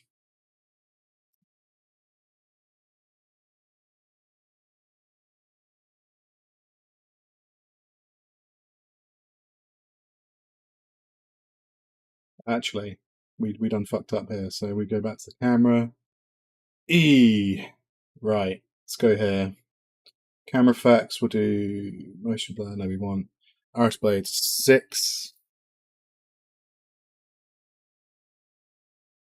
I'm going to come back to this. I'm going to do a second stream on this and tie it up some more. But I think for 3.5 hours, that's also with talkie times. I think that's pretty good. I think that's bad. So what we're going to do is quickly save this out as an EXR. We're going to do some passes.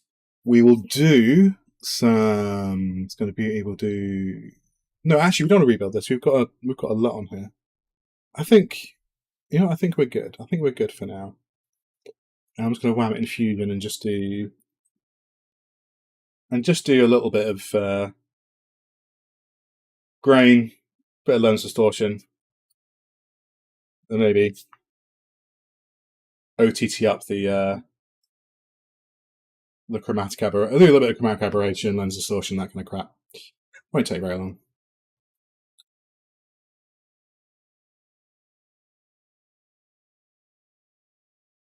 Just in the sake of like time and stuff, we'll just do this as LTT wall. Save that. Let's just have a quick look. Desktop LTT wall. Let's have a look. How's that look? It looks okay. It looks a bit CGE for my tastes. But the wall's coming through. The wall texture's working at 4K. And it looks about the right scale. That's not bad. Okay. So, what we'll do is we'll do is that right? Next up, Chrome Fuse. Can't remember. Woohoo. Okay. Well, that'll be the one. So what we'll do is we will. Oh shit! 1.01. Let's do that. Okay, and then stop. Turn off. You're not playing. What are you doing, boy? Size 1.02. That's still way too much. 1.01. There we go. Still way too much. 1.01. That's a lot. That is a lot. Let's just do this quickly. And then let's do this.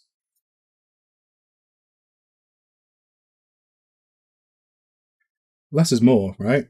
That's too much. So if we do, let's just reset that. Okay. And it's got the little tiniest hair of chromatic aberration because that's the right amount. That's way too much. It's 1.04. Who? Because you don't actually really want to see it, So there, you can tell it's there. You don't need to see that. So if we do distortion, lens distort, and we'll put this. Oh no, distort, lens distort. There we go. And we'll put this before this, and then we'll do distort, and we'll do distortion model, and we'll just kind of like play with it, I guess.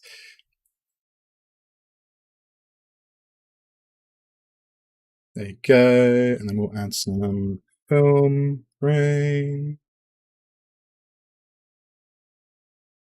It's way too much film grain, and we'll do. I guess that's probably going to be pretty hard to see on a stream, but trust me, it's a bit too much.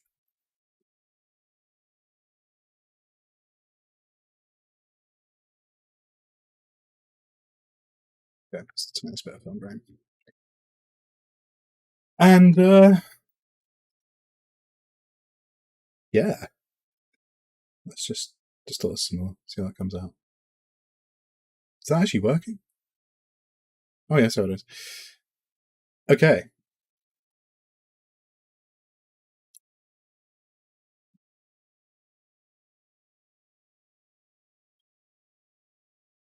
Right. And that'll do for now. So I hope you've. I'm going to come back and revisit this and do some more. Um, it might be a little bit too realistic at the minute. Um, I don't know. We will.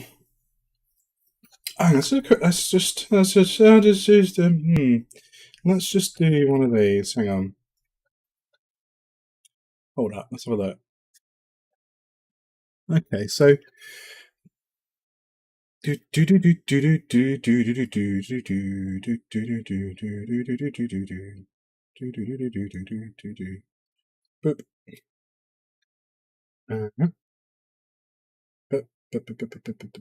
boop.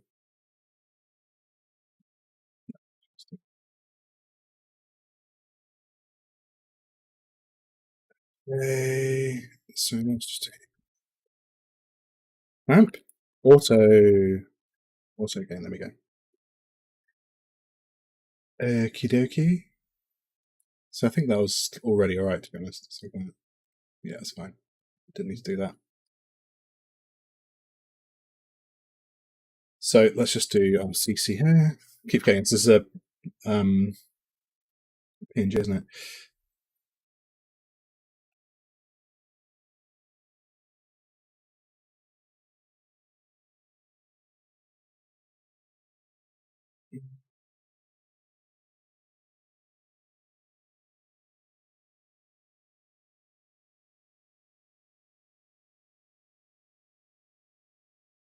That'll do for a start. Anyway, I hope you've enjoyed this stream. That's the end of the stream. I'll probably do another one to follow this up, and I'll probably maybe take us a few notches back realism wise. Right now, it looks like a photo of maybe a real thing. If we look pre basic compy bits, it looks like that. Post comp bits, it looks like that. With a bit of distortion and stuff, bit of a color correct. I actually kind of prefer it before.